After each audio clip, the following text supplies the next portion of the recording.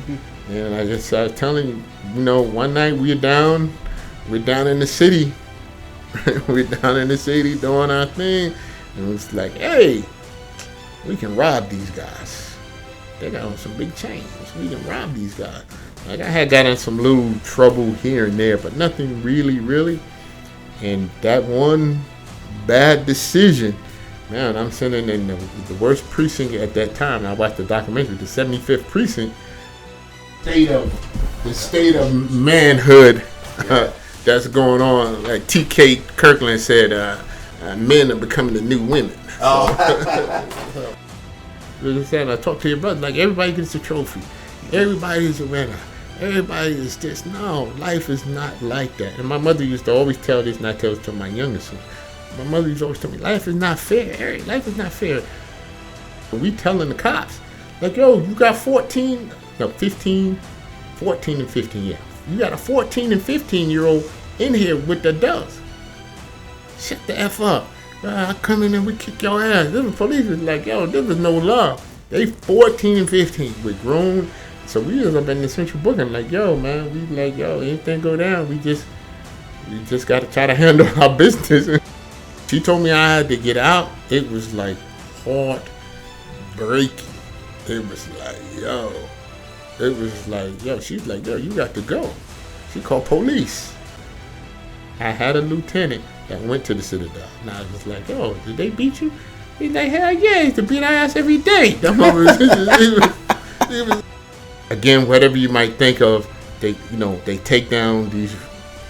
I think it's part of history. I totally don't agree, but they taking down, these statues of General Lee, these Confederate things, these things of over here, these things over there. They taking these things down that are part of our culture and history, and I think they just need to be all moved to a museum somewhere. And the one sergeant, I'm just, for whatever reason, I'm talking smack to my teammate. And this dude they say he used to iron and starch his drawers and t-shirt. I'm just mouthing off. Yo, son, yo, you garbage, man. Now what the young kids say, you trash. I'm like, yo, man, you garbage. I don't know why I should be in your spot. Yo, man, this is at practice. And I'm mouthing off. One of the sergeants said, yo, Matt, after practice, yo, you and Sergeant over there, yo, y'all got to handle that at the practice. And I started looking at old boy. I started thinking, I don't want to handle that. I don't want to handle that. I'm like, yo, this mother gonna beat the shit out of me.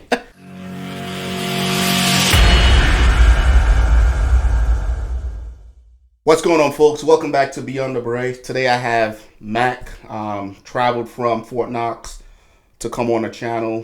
He currently works up there, and he just wanted to speak about the current state of the military leadership and some other things, right? But before we get to that, we'll share his story because he also retired, 2009. So I'm not going to try to do math on here, but he also had a career as a 12 Bravo, which I was a former 12 Bravo, so it's going to be awesome sitting here and speaking with you. With all that said, Mac, welcome to the show, man. Oh, Jay, thank you. Man, it's a great pleasure to be here. Man, the things that you're doing and other soldiers are doing and retirees to the community, man, the positive things that you put out there, it's an honor to be here. Yeah. Hey, I always wanted to be a Green Beret, guys. So, hey, before we even get started, I brought you something. Oh, awesome. I brought you something. I'm not going to plug the company, because they didn't send me both of the posters. So when I was looking at your thing, I said, man, he needs some stuff on the back wall, some motivation. So I don't know. You shouldn't get demonetized. It's no TNA showing. Yeah. And shouldn't get any demonetization. So if you can hang up and frame it, so. Oh, that's awesome. That's awesome. So man, the F up. We are descendants from this. Oh, that's awesome. I want to talk about the state of manhood. Yeah.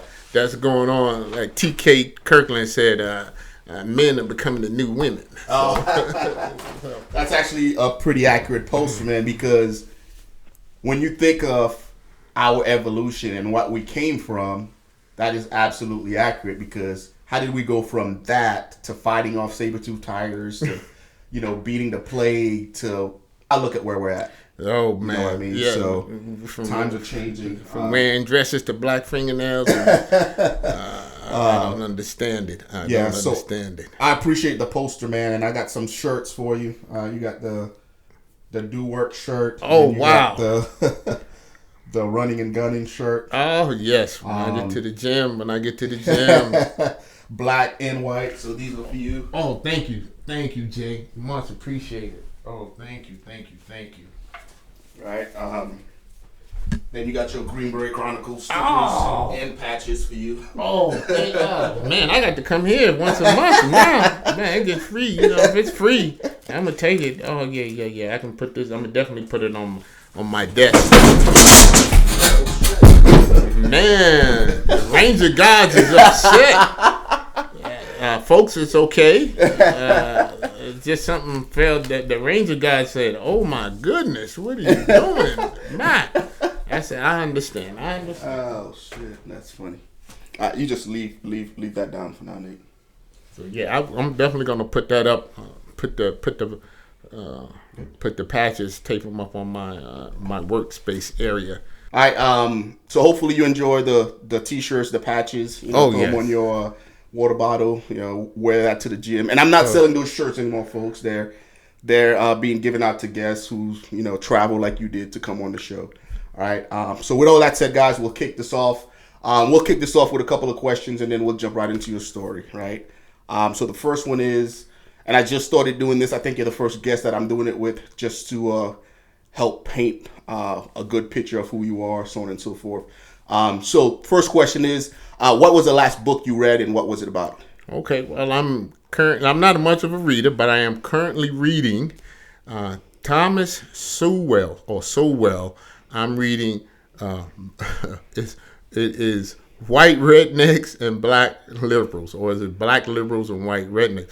Very good book, and because I said, later in life, now that I am older, much older than you, Jay, I was like, hey, I'm trying to get into politics. I said, yeah, I'm thinking about politics and things. So I'm reading this book, and it is just eye-opening of as a black man, Black America, a man of color, of these things that we mistakenly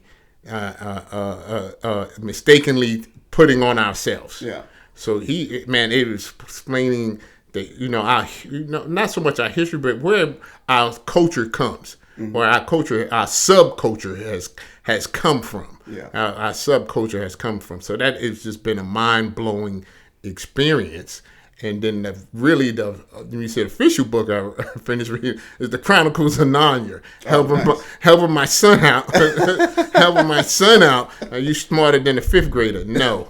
So just like every night I'm like helping him, and I'm reading on his book, The Chronicles of Narnia. I was like, hey, I kind of remember this. I was like, so he read it, then I read it, and he read a chapter, I read a chapter, go back to help him. So yeah, the official book is The Chronicles of Narnia. And The Lion, the Witch, and the Wardrobe, but I'm reading Thomas Sowell's book, Black Rednecks and White Liberals. It is very good. And I tell people to go out and get that book, and he's got books on economics and all that. That'll be later down the line. But the book is so eye-opening as a man of color, black man. It's just, it's a reading for anybody. But economical and social structure, where we thought we came from and where it has been placed on us, no. You go read the book and you're just like, the first 2 chapters, it's just like, I'm going to have to check that out, man. It just blew my mind. It just blew my mind. And I was like, wow. And then I did the DNA test, not the 23andMe. I'm not going to plug anybody, but I did one of the DNA tests to see where it came from. And McPherson, because everybody gonna know who I am. Yeah, Irish descent, but I came from the Congo, and it was like, you 10% this, and this, and I was like, oh. And he talks about the Irish that came in the language and the Brolic, how it transferred to us, how it transferred for us, where I was thinking, it's just some ghetto language that we learned. No, it's not like that. So that is the official reading that I am currently going on with, Jay. Yeah, that's because I recently started getting into politics too, man, and it's it's a slippery slope, right? Yes, you're this, then you got these folks hating on you. You're that, you got the other folks. So it's like, man, just let everybody have their own mind and think for themselves, right? Think for themselves, and that's the book to get and go and watch on. But it is just like, oh, okay, yeah, oh, so okay. That's interesting because a lot of us nowadays don't read. We just accept what the media tells us, which is why the media is so powerful. Yes, because they don't trust the American citizen to do their own research. Yes, and to get their own facts. Oh, Jay, I learned from my mother. My mother was a great big reader and a news hound. I'm like a news hound, so I look at every news channel. I'm not plugging anybody, so I look at them all. I look if it's Al Jazeera. Hey, what's Al Jazeera saying? Is this one day? This one. Yeah. So to try to get all the information I can about something that happens. Is there something that happens? That's the way I look at it. I try not to be. I try not to be polar. And just keep the blinders on and just say, hey, this is what they're saying is right. This is what they're saying is wrong. No, I try not to do that. As you get older, definitely not. Definitely not. Be your own thinker, people. Yeah. Be your own thinkers. Gotcha. So next question, and I like this one because we've had so much happen throughout the years, especially since we're in the military, and it's always interesting what folks choose to go with. So if you had a time machine and could travel back into time and change one major event, what would that event be for you? Yeah, people, I heard that question before. So a lot of people, and soldiers, maybe a lot of soldiers would be like, hey, I would go back and stop, I would stop Pearl Harbor, or I would go back and stop 9/11. As I was thinking this when you sent that out, Jay, it's always going to be war. No matter what event that I would go back and stop, if you stop Pearl Harbor, 9/11 probably would still happen. If you tried to stop 9/11, something else would have happened to war. So war, since the beginning of time, man has been fighting wars, And then other people was like, I would go back and, I don't want to get into religious and, I'll go back, stop the crucifix. I wouldn't even do that because then we wouldn't be safe. But, I would think what part of history or something that I would stop, but by stopping it, it would still have a positive effect. And like I said, my mother preached, black history, blackness. She stayed on that. I would say Martin Luther King. Yeah. Because even with his assassination, we still had progress. People of color, he wasn't just for black, but people of color, all races, still had progress. But I said, if I could have stopped his assassination, maybe that progress would be much faster. Would have been much faster. Because now you look now, again, whatever you might think of, they take down these. I think it's part of history. I totally don't agree, but they taking down, these statues of General Lee, these Confederate things, these things of over here, these things over there. They taking these things down that are part of our culture and history, and I think they just need to be all moved to a museum somewhere. But if he had have been alive now, we'd be way more progress now. More progress now than all of these events, these hatred events that's coming upon people of color, all people, white, white against white, black against white. So I try not to get into that race aspect, baiting, that a lot of people do. No, it's happening to all people, and it's been happening to all people throughout time. Yeah. But if that one event, would we be that much further along than we are now? Yeah.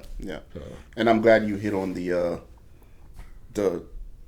removal of history, because when they first started to do that, I also did a segment on the channel about why I don't agree with it. Because if you think about it, we know For example, Fort Liberty. I know it as Fort Bragg. Yes. Like I just spent 16 years at Fort Bragg and I retired out of it.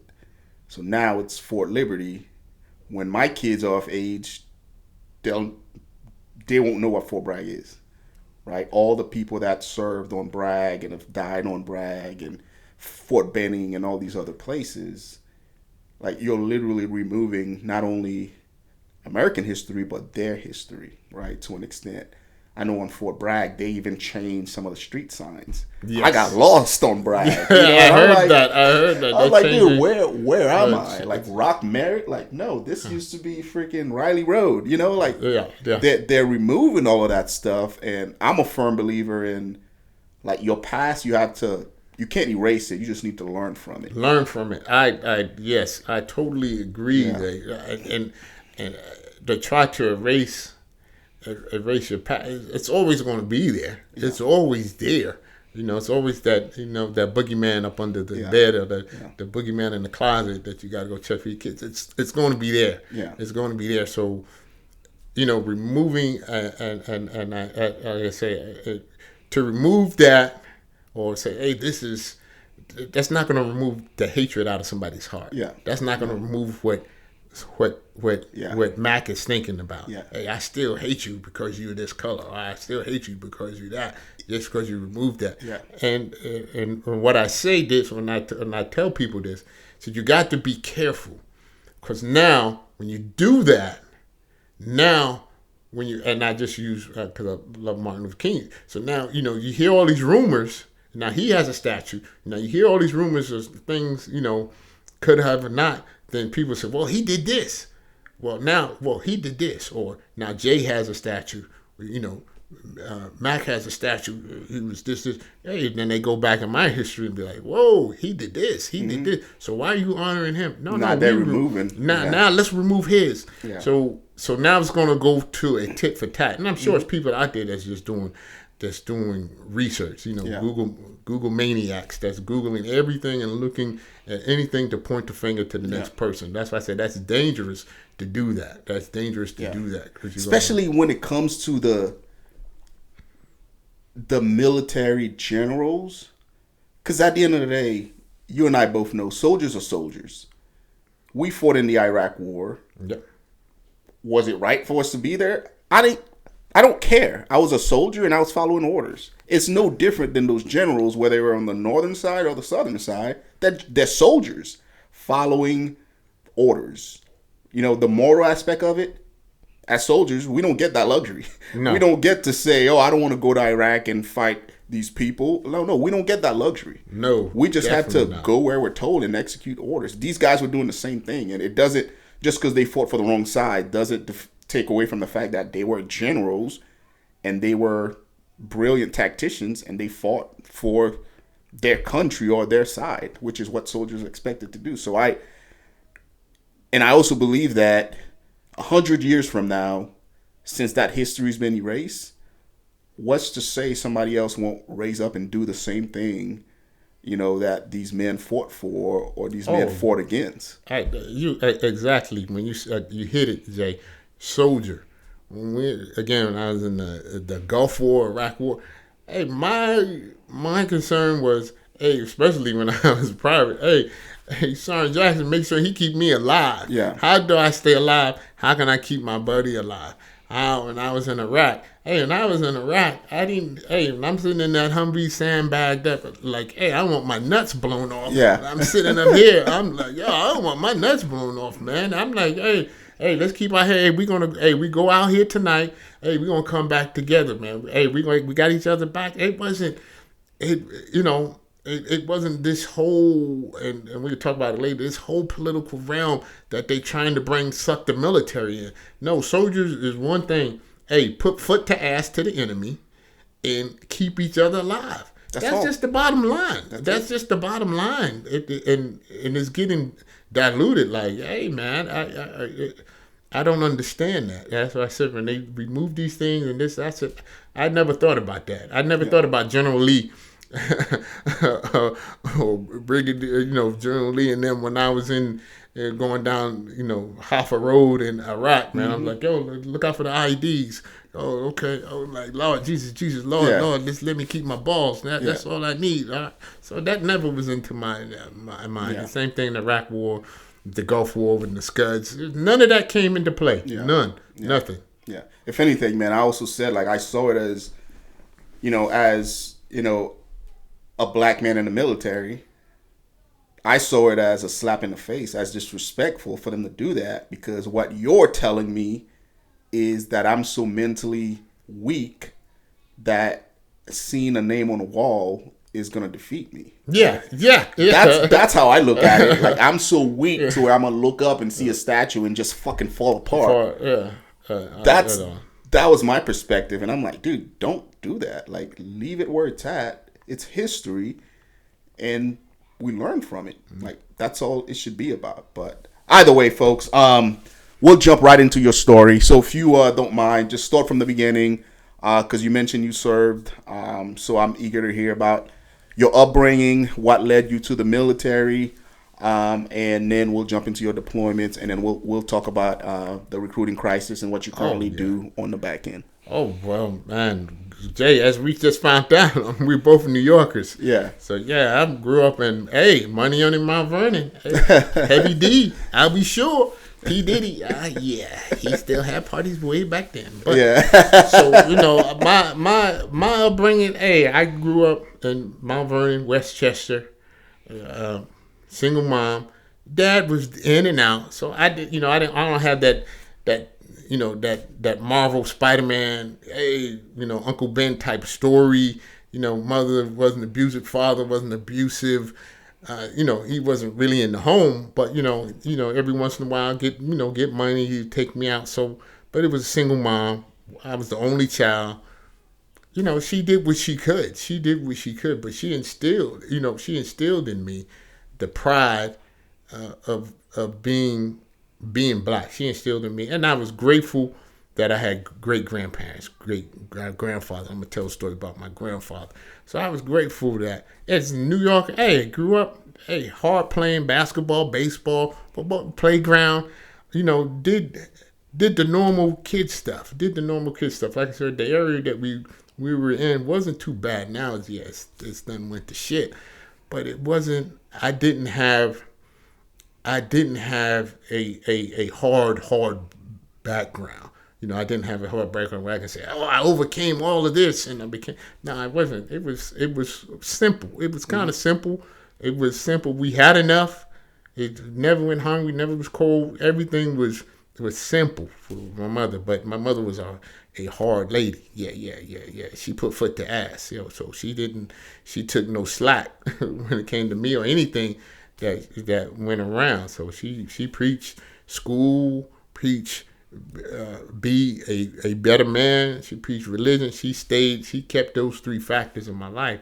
So, but then I had my grandparents, North Carolina, South Carolina. She would ship me off every summer, to make sure I kind of stayed out of the atmosphere. Like I said, when I grew up in the 70s, it wasn't that bad. 70s, 80s. Started getting bad in the 80s with the crack epidemic. So I would go to North Carolina, go down here to my grandfather, and my grandfather's nickname was Big Dave, big black man. He was 6'3", 250, big black gorilla hands, construction worker, honest, hard working man, and he instilled these things in me, man. My grandfather used to take me fishing, hunting, and he was a man's man.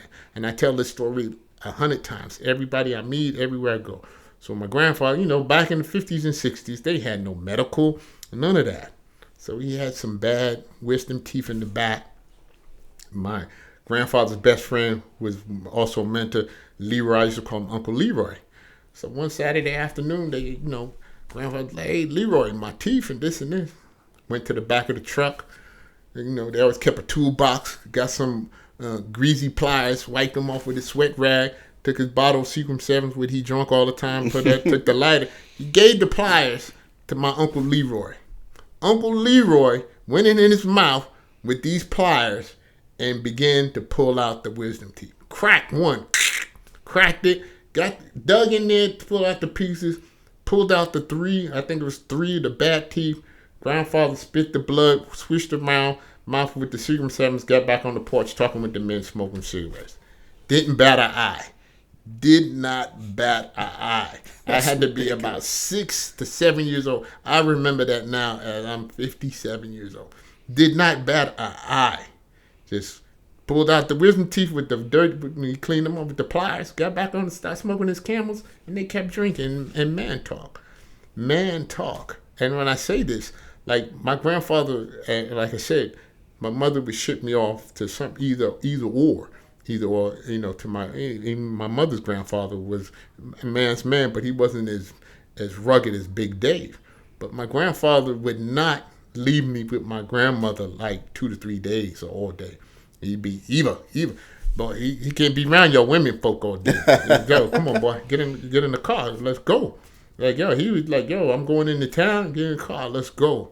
Like that, he was strictly, yo, you gonna be a man. Like, yo, he didn't play none of that nonsense. And that was the thing, like I said, when we grew up, Jay, New York, when we grew up, hey, man, you played, you fought, you dust yourself off, and you carried on, man. It's just, today's environment, it's like I said, I talk to your brother, like everybody gets a trophy.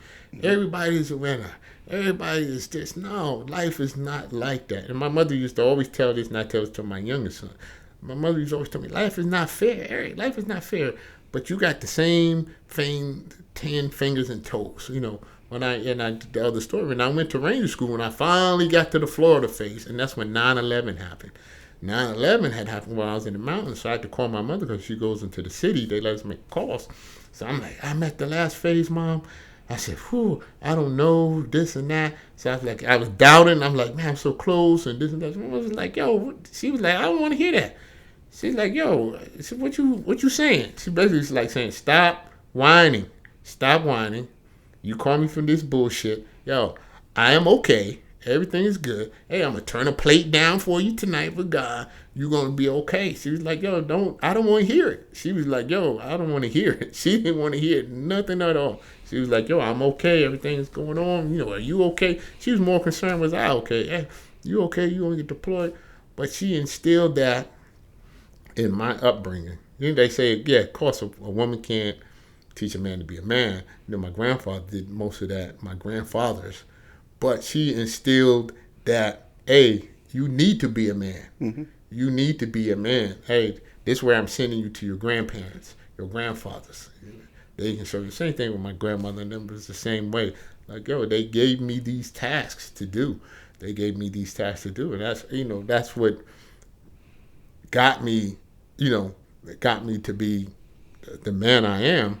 But, as far as the military, growing up in New York, military was not in my mind at all. Military, yeah, I wanted to be a baseball player, fireman, something, anything, but any military wasn't even in my mind because my father wasn't in the military. My grandfathers didn't serve. My other grandfather got out of World War II, like he couldn't hear, but, so that military aspect wasn't there. I had went to high school, and, I was in high school. Some of my friends took the ASVAB. Some was like, yeah. I said, well, back then, recruiters came to the high school. Recruiters, it doesn't hurt. No, it doesn't hurt. I took the ASVAB, never thought about it. Until, New York City, that life will, if you let it, it can creep up on you. Mm-hmm. And I was telling you, one night we're down in the city. We're down in the city doing our thing, and it was like, hey, we can rob these guys. They got on some big chains. We can rob these guys. Like, I had got in some little trouble here and there, but nothing really. And that one bad decision, man, I'm sitting in the worst precinct at that time. I watched the documentary, the 75th precinct. Yeah, we sitting in there, and things get real. And then they was like, yo, y'all are all going to central booking. They took us down to central booking, and you in central booking, and it's like the movies, and it's like crazy. And, back in then, New York didn't care. We had one now, he's a Navy SEAL. I'm going to try to see if he can come out here. Mm-hmm. He's out of California. Awesome. He was a Navy SEAL, Stephen and Jose, two two brothers at the time. They were like 14 and 15. So what happened? Did you guys try to rob them? Yeah. Rob them and got away with it? Yeah, So we robbed them. We robbed what happened there? We robbed them. So it was a club back then called the Red Parrot. So we didn't go into the club. We was going to go to the club, but we seen these guys with the chains. And it was 7 of us, 2 carloads. At that time I was in college. Mm-hmm. I had a good job. I had a girlfriend. How no old are you? baby. I was 23. No baby mama drama. None of that. I was living pretty much the good life. Buying new outfits, new attractive human sneakers every week. I had an excellent job. At the time, I was making like $300 and something a week. That was unheard of. Air conditioning, refrigeration. Moved from the warehouse to the counterman. Hey, they paid for they was paying for my college when I take this. So, but hanging out, seeing the guys. Hey, we can get them. We didn't have no guns or nothing at the time, but we acting like we got guns. Got them. So all right, we come say, let's go back uptown. We go up to what was the club, man? It's on 145th. There's another. It's in if you watch Paid in Full when they got all the cars on the strip. That club out there. We went to the club. We out there. It's about 4 in the morning doing our thing, drinking, smoking, doing our thing. Oh snap! Guess who we see again? We seen the same guys we just robbed. Hey, we didn't get all the change. We didn't get the other dude change. Tried to do high-speed chase in there, chasing them in the cars. Hey, they got away. We back to the club, outside watching all the car shows, all the big dope dealers. I wasn't no gangster, nothing. Definitely not. Watching all that, just, yeah. It's all right, time to go home. Driving to get ready to go home before we can get on the parkway. Flood of cop cars just come out from everywhere. This man, back then, in the early 80s, police showed you no love. It was like, not get out the car. It was like, they snatched us all out the car. Snatched, threw you on the hood, threw you on the ground, in the water, everywhere. But, hey, I'm always a smart dude thinking. I'm like, man, I'm not trying to get all filthy dirty. I'm like, man, I got asthma. I'm about to die. I got asthma. I said, I got asthma. Man, I remember what I had on, man. I had on sky blue Levi's polo shirt. I was like, nah, I ain't getting all that filthy. Like, they got all of them in the dirt, the water, everything. Dude sat me on the side. Yeah, my cousin got it. I was like, all right. So members was like, what's going on? So they bring the 2 guys that we robbed. It's always one good cop. Not one good cop, but one cop was just like, this is not worth our time. He's like, this is not worth our time. Give them back their shit. So we can get, he's like, he telling her, this is stupid. Because they searched the cars, no weapons, no drugs, a little alcohol stuff. So it was like, not that. So where have y'all been? And we said, hey, we was down at the Red Parrot. We don't know. They was like, ting, somebody had just got killed when we was down there. Somebody got killed in the club. And they was like, oh, no. Locked us up. Brought us in for interrogation. They thought we was part of that. So they thought we was part of that. And we in central booking. So we telling the cops, like, you got 14 and 15, yeah. You got a 14 and 15-year-old in here with the dust. Shut the F up. I come in and we kick your ass. This police is like, this is no love. They 14 and 15. We're grown. So we was up in the central booking like, man, we like, anything go down, we just got to try to handle our business. And like, so when after that, it took the central booking. It was locked up for 3 days, interrogation. They sent one of my, couple of, the first car that had all the stuff in it, the stolen jewelry, they sent them guys to Rikers Island. The guys that was in my car that didn't have anything, they let us go. I was locked up for 2 days, came home. Mom was like, Dad. She was like, you got to go. She said, I'm too old for this. I'm not having it. You got to go. I said, hey, Mom, just give me 30 days. Went back to the recruiter, called up the recruiter. He's like, yeah, it's still good. I said, can I leave tomorrow? He's like, nah, it's going to take about 30, 45 days to get your stuff. Luckily, the guy I'm going to talk to, I just talked to Stephen Jose. They dad was real cool. He was the super. He was like, hey, because I used to tutor the sons and stuff. He was like, hey, you can come live with us for a little bit if you need to. He was like, he's like, Mr. Roger, he's like, if you want to live, you can come live with us for a little bit if you need to. I was like, nah, my mom, I'm good. I'll be gone in 30 days. I was like, yo, I'll be gone in 30 days. So did you talk to her? Leading up to that point, have you spoken to a recruiter? Because you said you called the recruiter back. No. I just remember when I was in high school, I took the ASVAB. So ASVAB was good for how long. So he was like, yeah. He looked me up. He's like, yeah, you good? And he's like, yeah. So and then it was like, it's still with the recruiter was like, hey. He didn't ask me too many questions. He was like, so I was like, hey, this is what I want to do. Hey, I want to be in construction like my grandfather. Hey, he's showing me the videos of the trucks and everything. I was like, yeah, that's what I want to do. He said, I got something for you. And it has a bonus. I was like, a bonus? Yeah, $1,500 bonus. You're going to be a 12 Bravo combat construction. You build bridges and things. I was like, oh, wow, yeah. Yeah, I take that. So, man, I went back and 45 days later, I ended up in Fort Leonard Wood. And was like, yeah, you're just an infantryman playing with demolitions. So what happened to the other guys? So the guys that went onto Rikers Island. The guys that went into Rikers, I ain't going to say no name. Keep the names the innocent. So they went, they got out. They really, this was the New York prison system.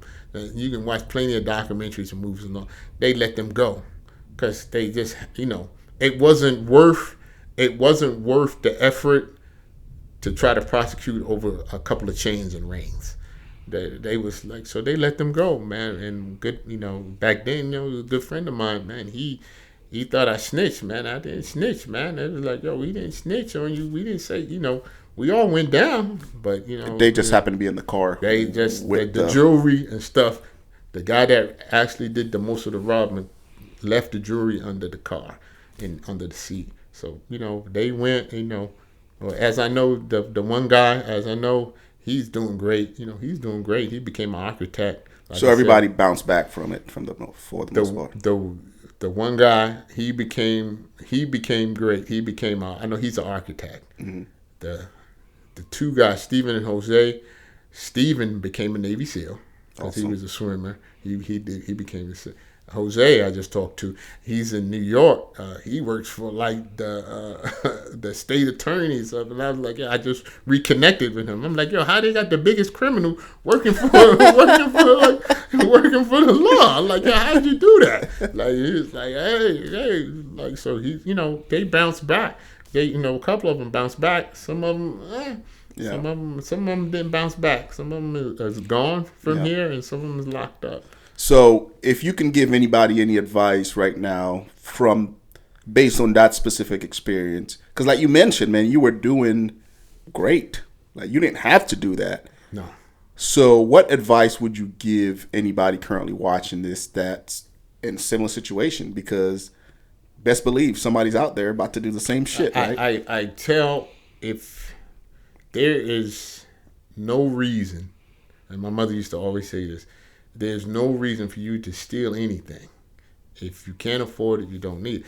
And I was talking to your brother, you got to watch out who you with. No matter how much you think that they got great intentions, man, it's always somebody that probably wants to take you out just because you may have a better pair of sneakers than them. You may drive or you may look a certain way. And my mother used to always tell me that, be careful around your croonies. She would call them your croonies. Be careful, these are my friends. You don't need a lot of friends.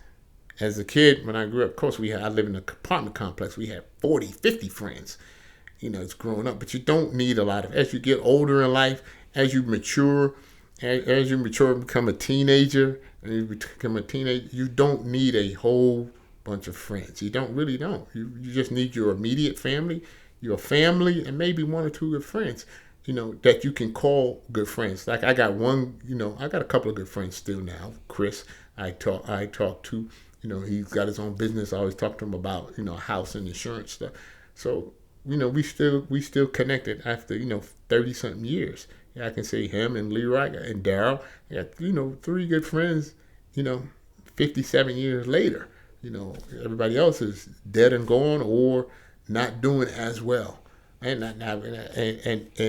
And I would tell you the atmosphere. If you can, get yourself away from the atmosphere. When I went, I can tell you this story. I got thousands. When I went back, when I went to go get my mother to live with me. When I went back, to pick me up from the airport. So I called my partner, Leroy. He's like, hey, his cousins drive taxi, blah, blah, blah, blah, come get me.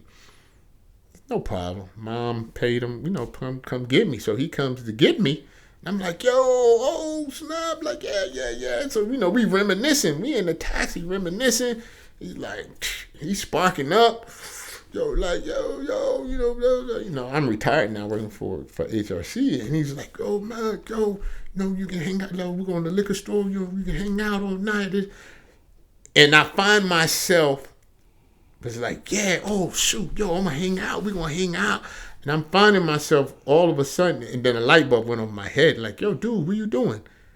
Like, yo, you got a DOD job. Like, yo, you can't get in no nonsense. He's like, yo, man, like, yo, can you get your pedals? Immediately that New York philosophy, he was already hitting me up. Yo, you got help us get a peddler's license. Yo, we got these T-shirts. We took the G from Good Times. God is good. Yo, man, you can get that peddler license. We put you down and this and that. Yo, man, you can hang out all night. You can sit up front with me and smoke and drink. I'm like, yo, ride around all night. Yo, we can reminisce. Then I'm like, nah, man. Closer we got home, it was like, nah, I'm good, bro. Thank you, man. I'm good. I broke him off some more money. I'm like, yo, I'm good, man. I'm like, nah. I'm like, yo, I told that, and I'd be telling that story. I was like, just that quick in any environment. If you and I tell people and soldiers, you can. It doesn't matter. You don't have to be in New York City. You can be in Tupelo, Mississippi, or wherever. Any bad environment that you're in, no good can come from it. No good can come from it. So I tell you, if you're in a bad environment, I understand sometimes you just cannot get away. If you're that young, if you're not a teenager, you're not an adult, and you just can't. But if you're an adult and you're in a bad environment, you need to get away because no good can come out of that. And it was just that quick. Man, I had got happy. I had got, reminiscing. I was like, drink some 40s. Ride around all town.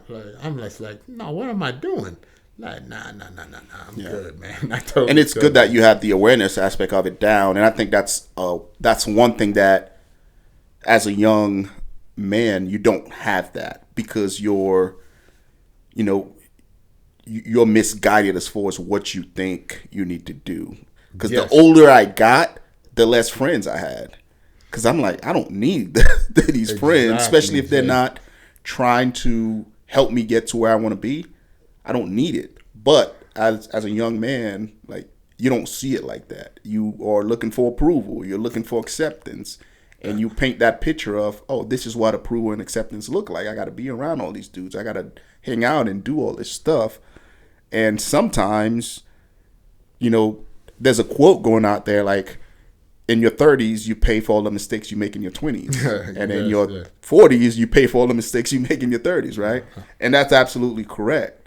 So I'm glad that you had the awareness aspect of it down to where you didn't go down that path. So now you end up joining.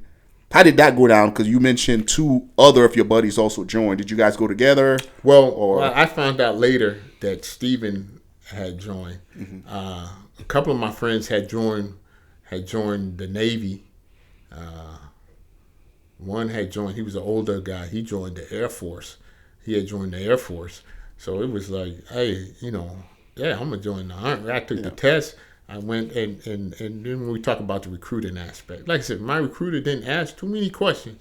He didn't ask too many questions. He was like, hey, show me the video. But this is what he did do. Like every week, like, bring your ass down to the recruiting station. Push-ups, sit-ups. He was seeing how many push-ups we can sit. And inside the parking garage area, like we was running laps around the park. Hey, run 4 laps. Let me see how you run. Now I'd give him that. I'm gonna make sure he made sure that, yo, you can do some push-ups and sit-ups and run. Yeah. He was like, yo, and then he took pictures and put out pictures on the wall. And that, like I said, even back then, the recruiters was hard.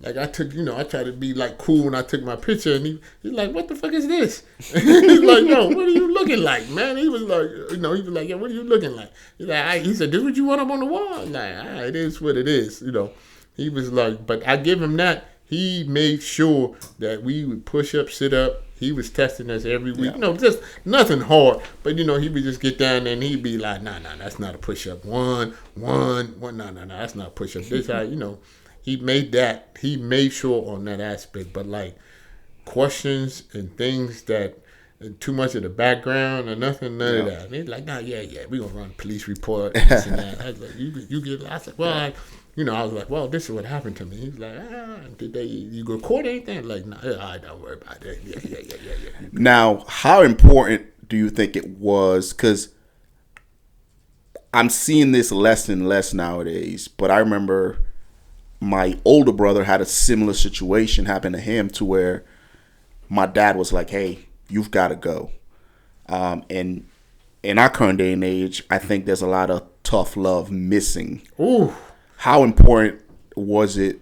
Because if your mom probably didn't tell you to go, who knows where you would have ended up, right? So I think that's very important.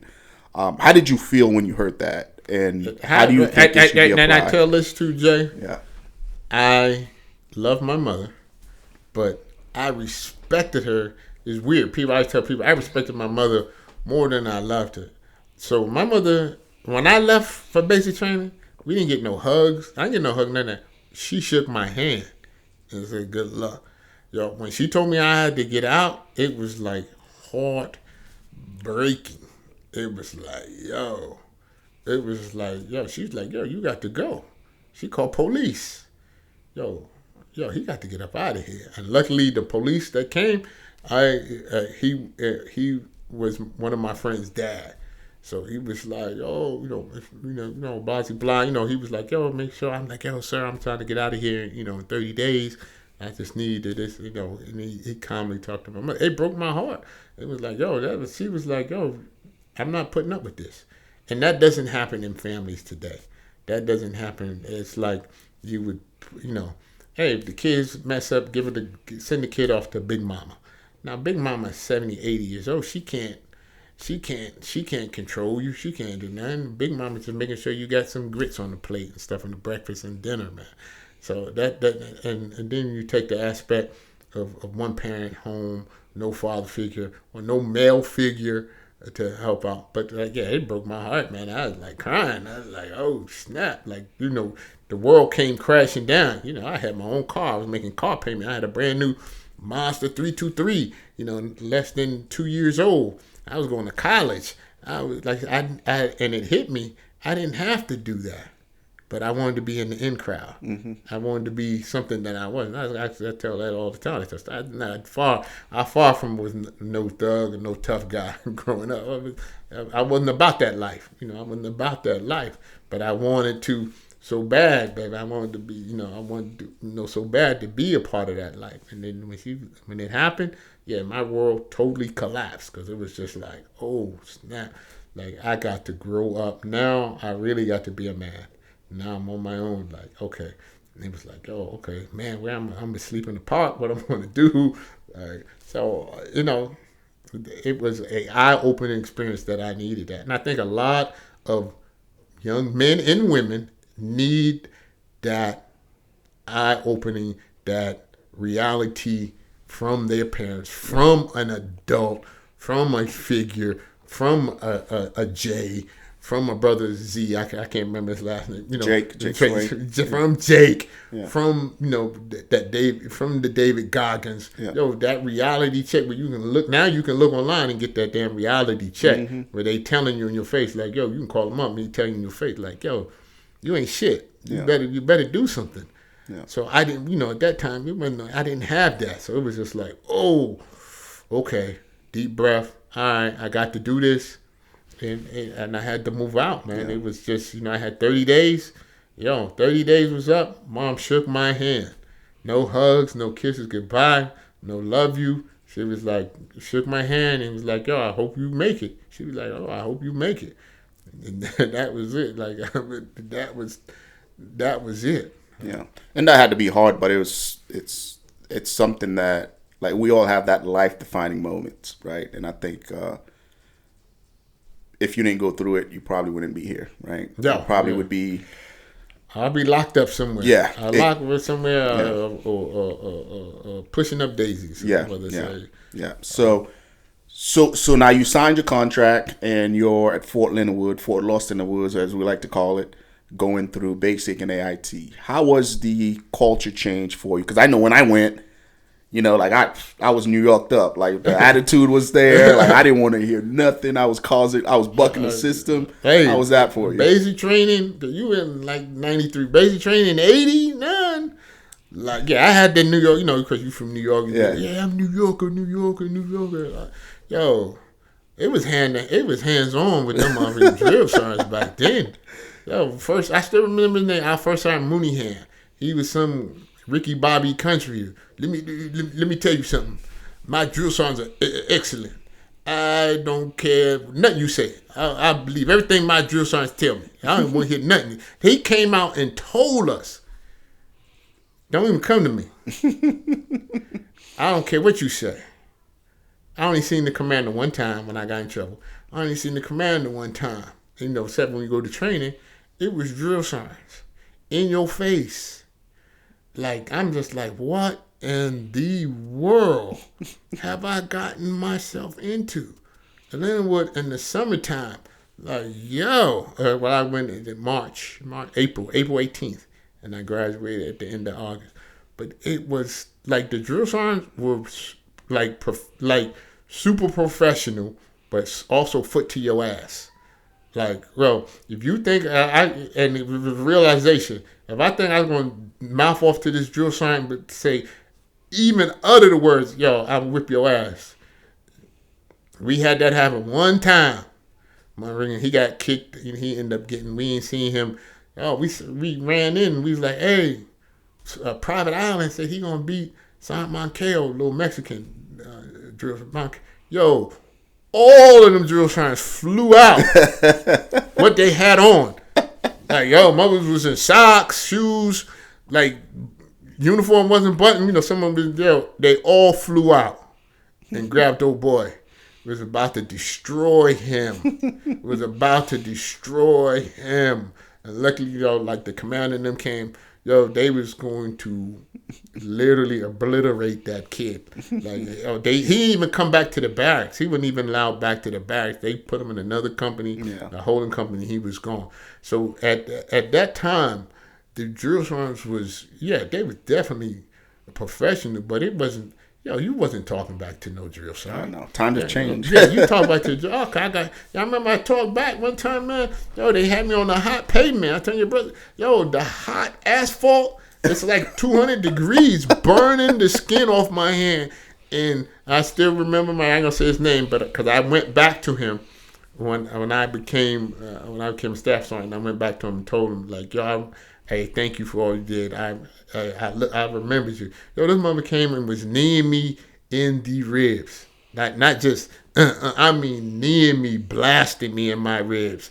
Bow, yelling, blasting me in my ribs. And I'm just trying to take my hands off the pavement and pouring water on our hands because the pavement was so hot. I was burning like, run, get up, sawdust pit, go to sleep. They were in our face. It wasn't, and I know a couple of partners, like I said, that was a drill sergeant. Now they send the soldiers on their way after they come off holding cycle and all of that. No, man, them others was there, 2 to 3 of them, 24 hours a day. Yeah. Patrolling like sharks. Like, everywhere you went, you would see one of them up. They would be patrolling like sharks. Yeah. They wasn't like, hey, I got the first day and y'all go. No, dog. It was 2 to 3 of them mothers from each platoon constantly going. It didn't matter what platoon you belonged to. They was putting foot to your ass. Yeah. That was the thing, man. And it was like, and I look back now at basic training, and I talk to soldiers, because I talk to, at least 100 soldiers a week. And I said, I was basic training. Oh, Mr. Mack, man, basic training was not that. The only thing I was worried about was shooting. I didn't know about qualification. So now, now they know everything's online. So you can it's no problem for you to go through basic training now. If you want to come into any type of service, it's all out there. Yeah. So he's like, the only thing I was scared of was the qualification. He said, I played a little football. He said the qualification. He said, other than that, he said it was like, it wasn't that bad. See, I always question because I'm like, man, like, are we? Now I got it. Times are changing. You got involved with the time, but I also look at it as our society is getting weaker.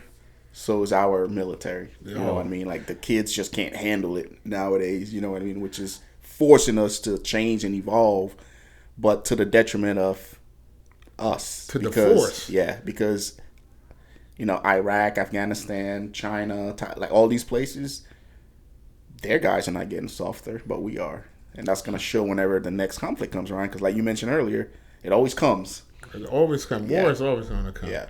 But it was another YouTuber. He said the thing.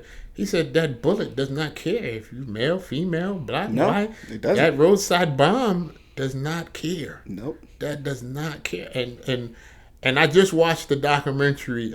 For whatever reason it came up. I watched about West Point, VMI, in the Citadel. Holy crap! When they come in. Like now, privates don't get the shark attack anymore when you come in the drill center. Oh, they don't? Nah. Oh man, I've been so scared of my life. But these guys are going to the Citadel, VMI, and West Point. Hey, it's all funny games when the family is right there. Yes, ma'am. Oh, hey, private. Hey, Eric is going to do great. Yes, enjoy. Oh, the commandant talking great. Yo, when them mothers go close that gate. It was like, and I watched that documentary, like, VMI, they call them rats. You a rat. The Citadel, you a knob, because they shave your head, look like knob. In West Point is dweebs, I think called dweeb. Yeah. But the VMI one, I just kept rewinding. Like, the VMI was in the Citadel. I had a lieutenant that went to the Citadel. And I was like, did they beat you? He's like, hell yeah, he used to beat our ass every day. He was like, yeah. He was like, we used to. Yeah. He said, you used to fight the what's it called? He's like, you put up or shut up. Yeah, you got to study and get them A's. But they was, they try to say it don't happen, but they got shark attack. And it's like, we're doing control. We do, the documentary. We're doing controlled stress on them.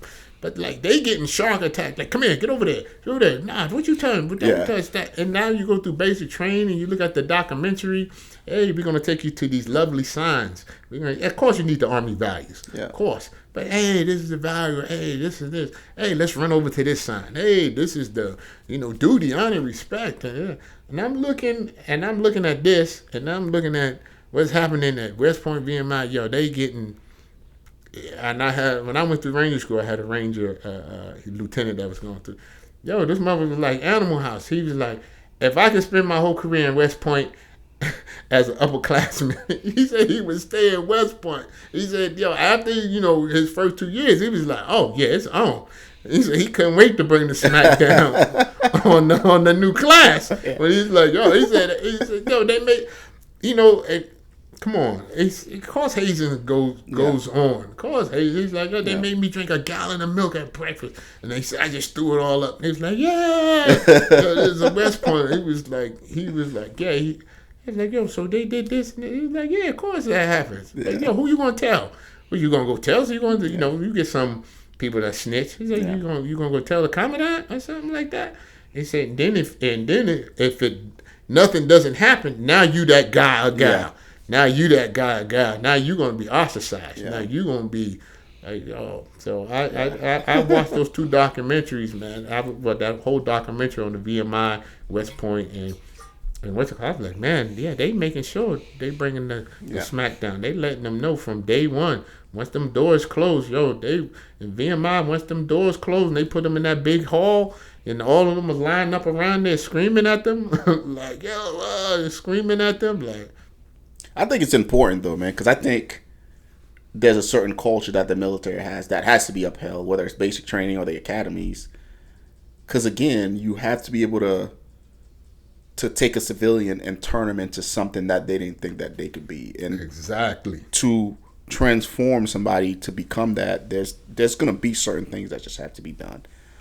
So I absolutely support, the military culture to an extent.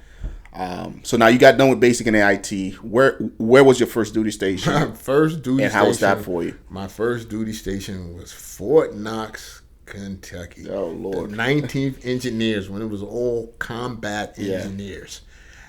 And I'll never forget, Jay, and this was when military, and I tell people, said the military has changed. No, people not upholding the standards. That's if we just, I said, let's do 30 days, just uphold the standards. Oh my God, we might not have military. Mm-hmm. But I'll never forget, I get off in August 18th, because I came in, it was like August 25th.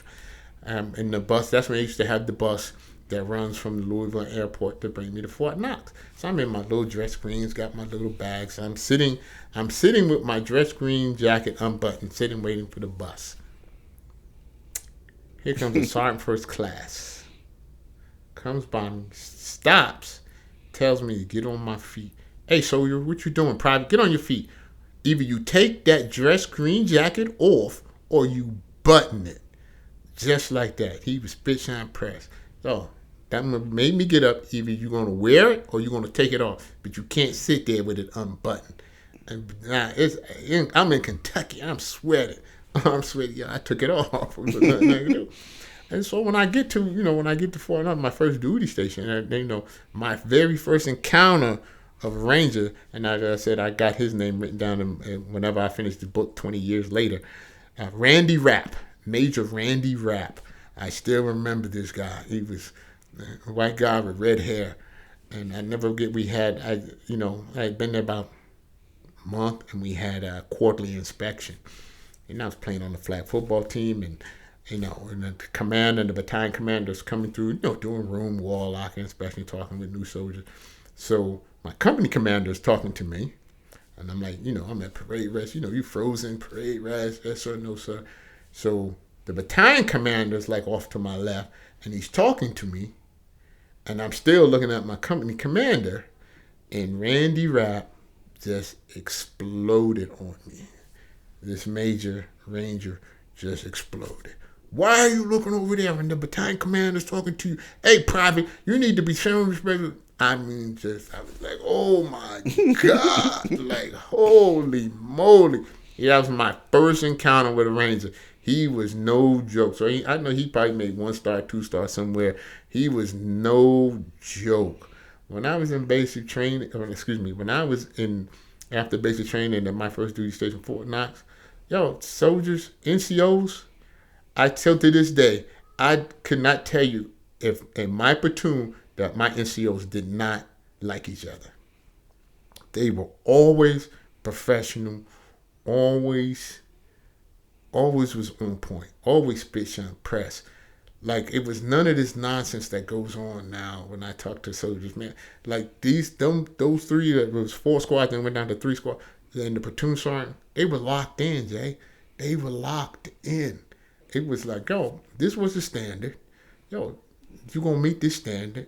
And this was that. Because when I remember I got this when the Army was just transferring from the banana suit to the gray PTs. Now I'm a brand new private. I ain't got no money. My mother squad leader, like, that mother gave me pair of shorts, gave me, Army T-shirt. Like, Mac, make sure you got some all white socks and that. Like, until you get to the thing, man, until you get your money, took me to clothing sales, made sure I had these. Like, man, I ran in some civilian stuff one time. Like, nah, that ain't happening, Captain. Nah, he gave me purse, cut. That's when I had the liners, man. I cut out the liner. Here's your thing, man. Here, when you get your pay, your money, man. We going down to clothing sales. It wasn't none of that Diddy clothing sales stuff when I was in. So they make sure, man, and it was no nonsense. It was hands again, and don't be offended, people out there. It was hands on hands with the NCOs. Yeah. And I never forget. And I tell your brother, I never forget. We party and drinking. And I never forget. We had the old metal bunk beds. The old metal bunk beds. For whatever reason, I kept my top made with the old army green blanket. And I had my NFL blanket that my grandmother gave me. I was just sleeping on the bottom bunk. For whatever reason, that one night after partying, whatever, that night, I slept on the top bunk. I guess I was too cold and wrapped. And I hear a knock on the door in the morning for PT. Yo, Matt, it's time to get up, man. And it was one of the two sergeants, we call them Doom, because they were 6'2", 6'3", big black brothers. Yo, Matt, so I, on the top of the bunk, I reach over, do the door, like, yo, man, shoot, man, I did too much drinking last night, man. We was drinking, partying, man. Nah, man, I ain't trying to go PT, man. I ain't trying to hear that. Yo, man, get your ass up out that bed, man. Get ready for PT. Before I knew it, them old metal that it takes a hammer to unhammer to get the bunk bed, that whole bunk bed came apart on top of me. That mother ripped me in that bunk bed atop. Get your ass outside for PT. Like, yeah, Sergeant. No, Sergeant. You got it, Sergeant. Yo. And I had, they took me a while with that New York attitude. When we was playing, I was on the flag football team. Again, I had, pipe dreams, NFL star. I'm going to be this. And the one sergeant, and I'm just, for whatever reason, I'm talking smack to my teammate. And this dude they say he used to iron and starch his drawers and t-shirt. I'm just mouthing off. Yo, son, you garbage, man. Now what the young kids say, you trash. I'm like, yo, man, you garbage. I don't know why I should be in your spot. Yo, man, this is at practice. And I'm mouthing off. One of the sergeants said, yo, Matt, after practice, you and Sergeant over there, y'all got to handle that at the practice. And I started looking at old boy. I started thinking, I don't want to handle that. I don't want to handle that. I'm like, this mother gonna beat the shit out of me. Like, who I'm gonna tell? Like, who you gonna snitch to?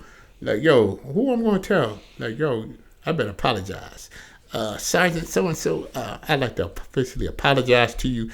Yes, I was out of line. I am very sorry. Like, it was either apologize or knuckle up. And now it's like, nah, I'm not about that life. I'm not going to knuckle up with you, dog. They was like, I was, and that was with the NCO, NCOs back then took care of soldiers. Yeah. Definitely took care of soldiers. Like I said, my squad gave me shorts and t-shirt. Yeah. Make sure you got some socks and shoes, man. Then finally took me over to clothing sales. I had no car. Yeah. I had no thing. Luckily Child Hall was right there. So they took me to clothing sales, took me, where stuff that I needed to do to get done. They made sure I had that. They had that caring aspect on. But they let you know this is the standard and this is what was going to be done. Yeah. Now it's too much paperwork. It's either too much counseling or not enough counseling. Yeah. It's no balance. Like and I managed. I told you a story. And I managed. The guy was going for airborne school, and he's like flagged. And I was like, yo, what happened? I was late for formation, so and I managed to cook. So I was like, you was late for formation? How was you late? How much of time? He's like, no, it's my first time. Got it. I said, yeah, your sergeant. He was a hater because he know you went to airborne school, this and that. But you were late. Yeah, I said, would I have did that? But no. When I had soldiers like, certain things, you just can't tolerate. Certain things, sexual abuse, family abuse, child abuse. Certain things you just couldn't tolerate. But everything that was below that, yeah, you handle it. We handled it inside. A little extra love. A little extra. That was, man. Hey, you late today? Hey, man, go report to staff duty, man. Mm-hmm. Yo, you got staff duty, man. Yo, go see what they got done, man. You got 2 hours. You got 2 hours over there cutting grass, whatever they need you for. Nah. That's it. That's it. I mean, yeah. I feel like the standards, at least from my perspective, I feel like the standards started going to shit when they got rid of the BDUs. Yes. Because that was you could look at a soldier and tell where he's at on the spectrum. He's got his boots, is shine. His uniform is pressed. You can be like when you first see somebody, that used to be the first sign that, okay, this dude is squared away. Oh, as opposed, once that went and they went to the ACUs and now the multicam, like, there's no more pride in how guys look anymore. Right. You know what Jay, I mean? the pride, how they look in the standard. Yeah. The standard. Like I said, when the first experience with Major Randy Rapp at that time was, like I said, he was straight fire and brimstone this. And then, as like I said, with my squad leaders and then platoon sergeants was all impeccable. Yeah. And then, like I said, that turned the light switch on for Ranger when I got a new platoon sergeant, when he was a Ranger. Second generation soldier, J.C. Finley, little 5 foot cross-eyed, like he lived, ate, breathed freaking Army Ranger. If you cut him, he would bleed camouflage. He would in his car would just play the airborne tape.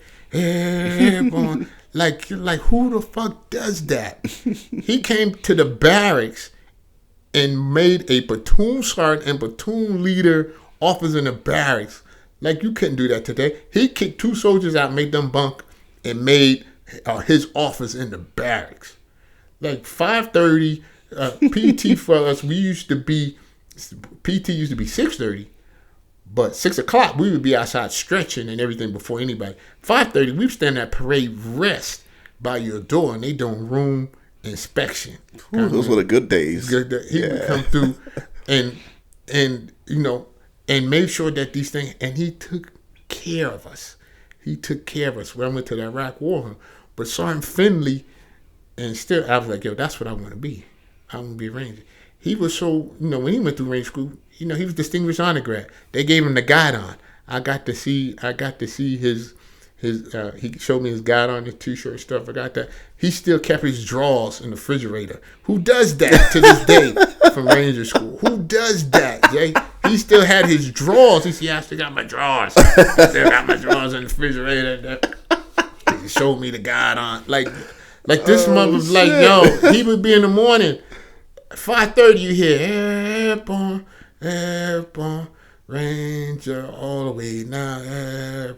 Like, it was just a constant indoctrination of Ranger and Airborne. No joke. Oh, I wanted to tell you about basic training. I brought the pictures. Yeah. I brought the pictures. So when people would say, when we graduated, and you can't do this today, definitely can't. So when we graduated basic training, it was on the 4th of July holiday. It was the 4th of July holiday. So drill sergeant and them was like, hey, 4th of July. Of course, they want to cook out and be with their families. Mm-hmm. They was like, hey, got the rented your school bus. And it's like, yo, y'all go to St. Louis for 4 days. Oh, yeah. So you can go to St. Louis. I remember that. So you can go to St. Louis for 4 days? Yeah. So he's out now, Cullen. He was 35 at the time. Mm-hmm. So he's like 70, 80 now. But he was the oldest. And then I was the second oldest. So Cullen was in charge. Specialist Cullen. He was coming back in. We can go to St. Louis for 4 days by ourselves? Yeah. Okay. I got the pictures to prove it, and Jay can look at them. Yeah. You can see me. I'll scan them and I'll put them up. First place we stop. Yeah, Jay gonna scan them in. To the liquor store. I'm 23. And Cullen's 35. Cases and cases of beer and liquor, cigarettes, cigars. Yo, I had Bose headphones before they was Bose headphones, my little cassette.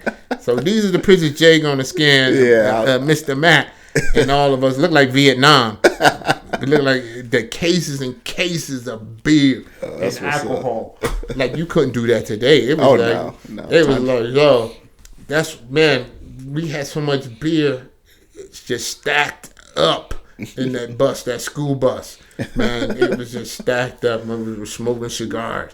Like, yo, we graduated basic. Like, yeah, this is the life. Yeah. It's a certain pride that comes, because I remember feeling that pride of, we're done with basic training, and now I'm a soldier. Like you have the flag. It's just certain pride that comes with that. Yes, walking across this. Yeah. Man, I remember, and just to flip back to basic training, basic training. Yo, they got it.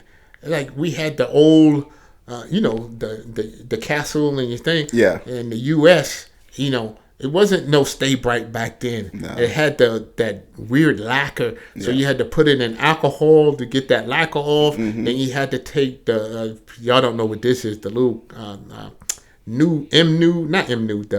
it's the cotton thing that you roll. You have to shine it, and shine it. Now you got core fans. Back then it was not. You had to shine your hard shoes with the cotton, but shine. So it was a lot of effort. You took a lot of pride. Yeah. You took a lot of pride when you graduated basic training. It was nothing given to you. It wasn't nothing automatic. Nothing order this. So it took pride. So that's why when they got rid of, I still don't understand why they did it. I know it's probably because of money, because some retired general somewhere made a shit ton of money. But when they took the boots away, now soldiers no longer had to shine the boots. They could just throw on whatever we have now with oil and dirt and all such a grime on it. Just throw that on there. Then they got rid of the BDU, so you didn't have to iron your pants. You didn't have to starch it. Dude, I remember, because being from New York or being from any urban city, you want to look good. You want to look fresh. Dude, so I had I had the crease. My boots were shiny. Like I had them laces, because you still had that swag. You know what I mean? Yeah. Right over left. Yeah. Nowadays, extra shorts. Yeah. Nowadays, it's like you just throw it on. The uniform just looks like shit. The boots are like there's no more pride in that. So I don't know why they did that, but I'm sure somebody made a shit ton of money out of it. So now you spoke about your. I'm sorry. Did you want to say something? Oh yeah. So I'm gonna go back to the Ranger Chronicles. Yeah. So Sergeant Finley was impeccable. The standard. Yeah. He was the standard for the battalion. And I remember he took us to the Gulf War, and I tell this story all the time. So at that time, and I don't want to get too deep into his backstory, but at that time, he was just a staff sergeant. And I told your brother what happened. He didn't get in any trouble. He was just a staff sergeant. So you got other E7s and them, but they not tab guys. So when we get to there's no living in barracks or stuff like war is now. When we get to the Gulf War, the first Gulf War, like, yo, you out in the desert with berms. So we on the bus.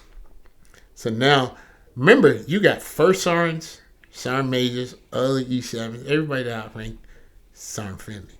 The battalion commander comes to Sergeant Finley. Hey, Sergeant Finley, you're in charge for tonight. Can you get the battalion set up, make sure everything is this? Sergeant Finley. Roger that, sir. No problem.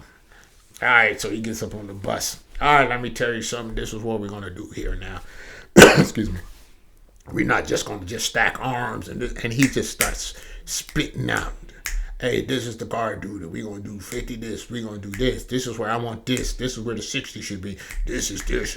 I mean, none of those E7s, E8s said nothing. They were all looking their eyes. They was all afraid. War, believe me, I'm not no warmonger either. But they was like, whoo, we glad Friendly got it. We glad Friendly got it. And Friendly slept on the ground with that bayonet on his chest. Gets up in the morning. Colonel Kirk over there. Yeah. So he was the epitome, Jay, of standard. When I say standards, he made sure standards stayed. You kept the standard. I mean, what I mean by this, he made sure that, even though I'm Private McPherson, even if we do have and I tell this story all the time. So every Monday, Fort Knox has this called Agony and Misery Hill. Sometime I just stopped running, but I used to run it on my lunchtime. We used to run Agony and Misery Hill every freaking Monday. Run from the barracks. That's like 2 miles to these giant hills that they stopped the trainees from marching or running, because a couple of trainees had died on that. The urban myth. Mm-hmm. The Chinese died on this hill. You can't do it, and it's right there by the gas chamber. We used to run that every freaking Monday. I never forget, we got a new sergeant. Can't even say his name. We got a new sergeant. Kind of roly-poly. He new to the platoon. And he fell out of the run going there. and fell out. You know, we understand you ain't going. So if you can run up the hill, you know you can run, but you can walk up the hill. He understand that. But you know, I was a stud back then. He fell out, and we were joking, and we was calling him a name, unpleasant name. So Sergeant Finley was getting in that NCO ass. But that day, not even that day. So the next day was like, hey, me, Nelson, and I still remember Craig, say, hey, all three of y'all come report to Sergeant Finley. Come report. So you got all the squad leaders in this, is us three. So, you know, Craig was like, man, you know, he mouthing off, oh man, I don't know what they're gonna call us in there. So they gave us, you know, the squad leaders gave us the rundown. We had disrespected that E5 by calling him out of his name. That was not our place as an E4 to tell him what he's not doing. You stay in your freaking lane. You jump on that. You don't jump on the NCO. The NCO is going to jump on the NCO, which Finley did. Finley brought us in there, Jay. Craig was about 6'2", 6'3", blonde, blue-eyed, good-looking dude. Finley brought us in there and began to scream and yell and throw shit for 4 hours at parade rest. He jumped up on the desk, got in Craig's face and said, because Finley was so short, I don't like you looking down on me. What the fuck you looking down on me? You got something to do? I mean, just for 4 hours, we were at parade rest. For 4 hours, he went in and out of us. In and out. Said, hey, now y'all on School of the Soldier. Soldiers do not know what School of the Soldier is. So if you do not know what School of the Soldier is, if you got a soldier that you can rehabilitate or something, so School of the Soldier was, hey, come up freaking Friday evening. School of the Soldier start from Friday to Sunday and to Sunday evening. And it's the squad leaders rotating. So School of the Soldiers, uniform inspection, room and wall lock inspection, equipment inspection, common area. So you got everybody's common area. No. Y'all got School of the Soldiers the whole weekend. Like, yo, that's a 24-hour shit. You don't go nowhere. Yo, you get classes, you get training, you get PT. So they rotated. I tell you, after School of the Soldier, he had no more problem with Specialist McPherson. Yo, dumb mothers, yo, the squad leaders came, because you used to, you cool with your squad leaders. Yeah. Like, yo, them mothers was stone faced. Like, yo, you messing with that time. That's one thing you can do with the soldiers, take their time away. Their time. They're like, yo, man, hey, we be back. You got breakfast? Yo, the mother took it for PT. Did PT? Yo, you got 45 minutes to eat and wash. Be standing tall. Standing tall for in ranks. We had BDUs in uniform. Bam, get down there. Mothers tear you up. All right, yo, you got 20 minutes, 30 minutes. Yo, you got to come down here and dress screens. You got dress screens inspection and board inspection. Come dress screen. Mother ask you questions, engineer questions, everything. All board stuff. Like, yo, okay, all right, go up there. Yo, common areas. The mother's going through common areas. Like I said. Yo, back then, common area. Yo, you had to put on NBC gloves. I was telling your brother, like, yo, we had common showers. You can't do that now. Yeah. But it was common shower. Me and Jay, we almost so I can reach out and touch you. We in the shower head. So we had to clean the showers. We had to unscrew the brasso, the drains. Yo, you got your NBC gloves on. Yo, you got to take the hair out the drain, the urinal. You got to scrape the calcium off of that. Yo, you try to do that today to a soldier? You end up in jail. Yeah, jail. IG, like, yo, who was you going to tell? You going to tell IG, yo, I had to clean the bathroom. Yeah. Yo, they made you clean the bathroom? Yeah, I had to clean the urinal. Did you have gloves on? Yeah. Okay, get out of our office. Yeah. Like, yo, put on your NBC gloves, tape them up. Yo, hook the water hose to the sink, the big sink, and spray it down. The brass plating on the doors, like, yo, and that was not just our common area, School of the Soldier. Like, yo, people used to love and use on School of the Soldier. Oh, you clean everybody's stuff. Everybody's shit. Boy, if you was on extra duty, you was loving it. Yo, School of the Soldier, yo, what's got to happen? Yo, grass got to be cut? Definitely. And it was an ongoing thing for 3 days. Like, yo, you, in 2020, it stopped at like 2200 just before 12 o'clock. Yo, them mothers come back in, 11 o'clock. All right, yo, you done. All right, see you. 6:30 for PT in the morning. That's it. Yo, you can't go nowhere. Don't go to no club. Yo, you restricted. Don't go to no club. Don't do nothing. Yo, that's it. That was it. Times have changed, man. Times have changed. So now you mentioned that Sergeant Finley, I guess, showed you what a Ranger was, and that led you to wanting to go to Ranger School. Why don't you get into that, like how Ranger School went for you?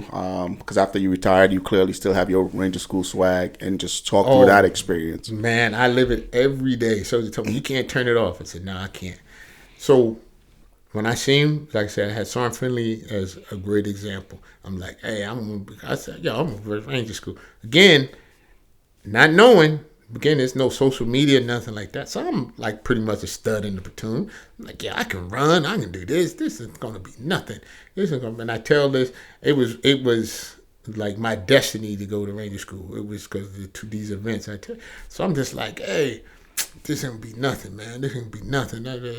They telling me something. Like, you know, he eventually he got it. They put him in the operations, but then I got a lieutenant who I think he should be retired general, Lieutenant Izquierdo. He was Special Forces. He used to be enlisted, and when Special Forces did his time, Special Forces, when he was enlisted, he was Special Forces. The coolest dude ever. When I say that, you know, people always like to kick the bear, but he put that standard on me. Like, yo, Mac, I'm not signing nothing till you pass the swim test, till you pass. He's like, yo, he took me on the time off. He had wife and kids, took me to the swimming pool with me and Rios. Took us to the swimming pool, and I remember to Rios. I could swim a little bit, you know, but you arrogant. He's like, man, how bad could a little swim? I was like, man, I got the pool almost drowned. Like, brother had to get me. So, you know, he got me up to speed, but I still was arrogant about Ranger School. I didn't, I'm glad there's a lot of things out there about that you're taking guys, and Z is taking guys to be SEALs and stuff, and that. I still think it still needs to be a little bit of mystique to it, but I'm glad that y'all giving these guys a heads up. Like, I had no heads up. I just had the story that Finley was telling me, and I'm just like, yeah, I can. This ain't gonna be nothing for me. Now, little did I know, when I went to Ranger School, out of 300 studs, I was 310. When I went to Ranger School, I was in Ranger School in '93 with that class. I was in that winter class that those guys died. Mm-hmm. And I remember the one name that stands out with me that's on the plaque, Lieutenant Dodge. His brother, I think now, is Special Forces. He's probably retired Sergeant Major. First one I know, I had heard about him, and me and him had became friends when he was a private, when he came with him. So when I went to Ranger School the first time, as thinking I was a big dog on the block, and I wasn't shit. When I went there, and it was just a mind-blowing, like, oh my God. Like, yo, they don't give a F about you. Like, you, who are you? Like, I'm like, oh my goodness. So I can be honest now, because I got the tab. Mm-hmm. I'm a school graduate. So everybody try to Google me. Now, I never ring. I'm a school. So I failed the run. I failed the swim test. I was like back then they could recycle you. They would recycle you. I passed the run. But back then, they did the swim test outdoors, and they would break ice on the pool. They took me outdoors. And like, yo, you know, where I was practicing, when I was a holder, I was indoor swimming. He threw me in that ice pool. I jumped right back out. Yo, they call you Rant. Yo, Rant, get your ass back in there. Threw me in that mother, jumped right back out. Jay, I never felt. You know, that's the time I felt like that, the time Mom kicked me out the house. Mm-hmm. I felt like, yo, what in the world? And I made a promise to myself and the Almighty. I said, if I ever get back, if I ever get this opportunity, I'm not going to squander it. I am not going to squander it. Yeah. And I used to, so among the other things, I was a shithead and hold on. Finally, they was like, yo, get your ass out of here. You gone, dude. Like, yo, you gone. And I never forget, man, coming back, and then I went shipped off to Korea. You know, I had just finished airborne school. So that was another thing. I had just finished airborne school, went through airborne school. Great. Instructors was great. They was all, and again, that's BDEs and boots time. Loved it. Had a ball in airborne school. Ball. So I'm like, yeah, I got airborne wing. Man, Ranger school ain't gonna be nothing. I'm airborne. I'm Ranger school. It was a mind-blowing come to Jesus meet and come to Jesus soul-wrenching experience. Like, yo, these mother instructors is like, we don't get. So fast forward. While I was in, so this was when I tell the story. I knew that this was my plane to go to Ranger school. So while I was in Ranger school, I was in holdover. Of course, you know, you're in the gulag, what they call it. I go to the store. You know, you get a little snacky lickies and chewies. I got some FM magazines. People don't know what FM magazines is. I got some hustlers and playboys, some players. So I'm looking at the magazines. So, you know, we had the magazines up under the wall lockers. I get kicked out of Ranger school. Well, dropped in, get dropped, go on the duty station. It took me 7 years. 7 years. So now I'm at the end of my career. I'm really at the end of my career. I worked at the 554, EOBC, AOBC. I worked in the S3. I had the great Colonel Myers. My first colonel, he was not bad. He was a Ranger guy. He was West Pointer. And I remember I was mentioning, hey, Ranger school. Sorry, Mike, that's something different. Like, he wasn't really trying to hear that. Because, again, I was at the tail end of my career still, you know. But that burning desire had stayed in me. At this time, I'm 35 years old. 35, you know, the burning desire stayed in me. And I'm thinking, you know, and I tell people, don't put something else on somebody else. So I'm thinking he's going to be like, hey, he was like, he kind of blew me off, Colonel Finning. He kind of blew me off. So we get a new battalion commander. We get a female, Colonel Myers. My kids go to Taekwondo together. I'm like, hey, we get a new sergeant major. I'm like, hey, I'm thinking about Ranger school, thinking about Air Assault school. So sergeant major, he was one of these sergeant majors leadership, and I talk about my leadership principles. He was, yo, you go figure it out and do it. If you need help, then come back to me. You figure it out, come back. So by that time, computers is coming up. So call down to Fort Campbell, the 534, 536, call down the engineer down. Hey, can I come down? And I like to go to Air Assault school. Can I come down and be Air Assault? So I'm talking to their S1, and he's like, but, he basically blowing me off. But again, you never know people who know who. So my sergeant major and that sergeant major down there were privates, everything together. Sergeant major, first sergeant, they were thick as thieves. So I come back to my sergeant major, they kind of giving me the runaround. So he calls down there, no less than 30 minutes. I get a call from the S1. Hey, Sergeant McPherson. Hey, welcome to the come on down. Come on down. We got some. I said, yo, man. I said, I'll come down with a cot. I said, I just live in the motor pool. No, we got you. We're gonna have a room in the barracks for you. We got you. Yeah. So my sergeant major, sergeant major calls me in to the office. Hey, come here, man. Sit down. Let me tell you something. Don't go down there and fuck up. Don't get no DUI. Don't get no this. Yo, he laid the law. So this, and again, this is the back in the day. So this is what he said.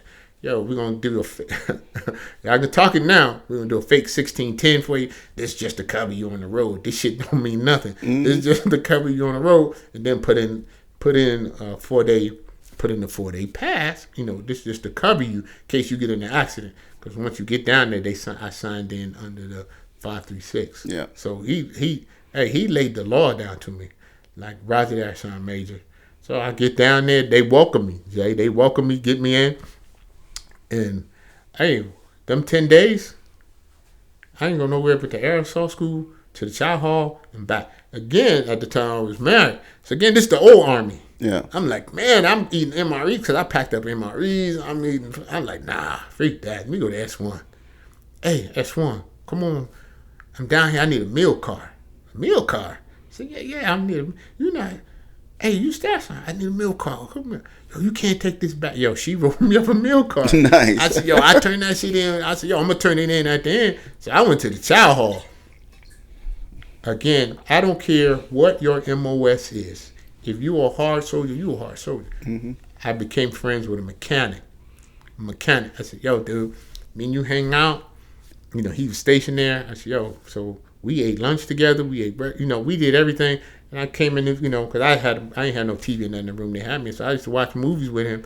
Oh, that was it. That was it when I went to Air Assault School. Air Assault School, again, in the middle of July, August in Tennessee. Ooh. And I didn't know at the time, so they had their own policy. You couldn't wear spandex under your, because we still had the gray uniforms, mm-hmm. the gray PT. You couldn't wear spandex. So I had cut out all the lining, and back then I used to wear boxers all the time, and I brought my spandex. So I'm like, hold up.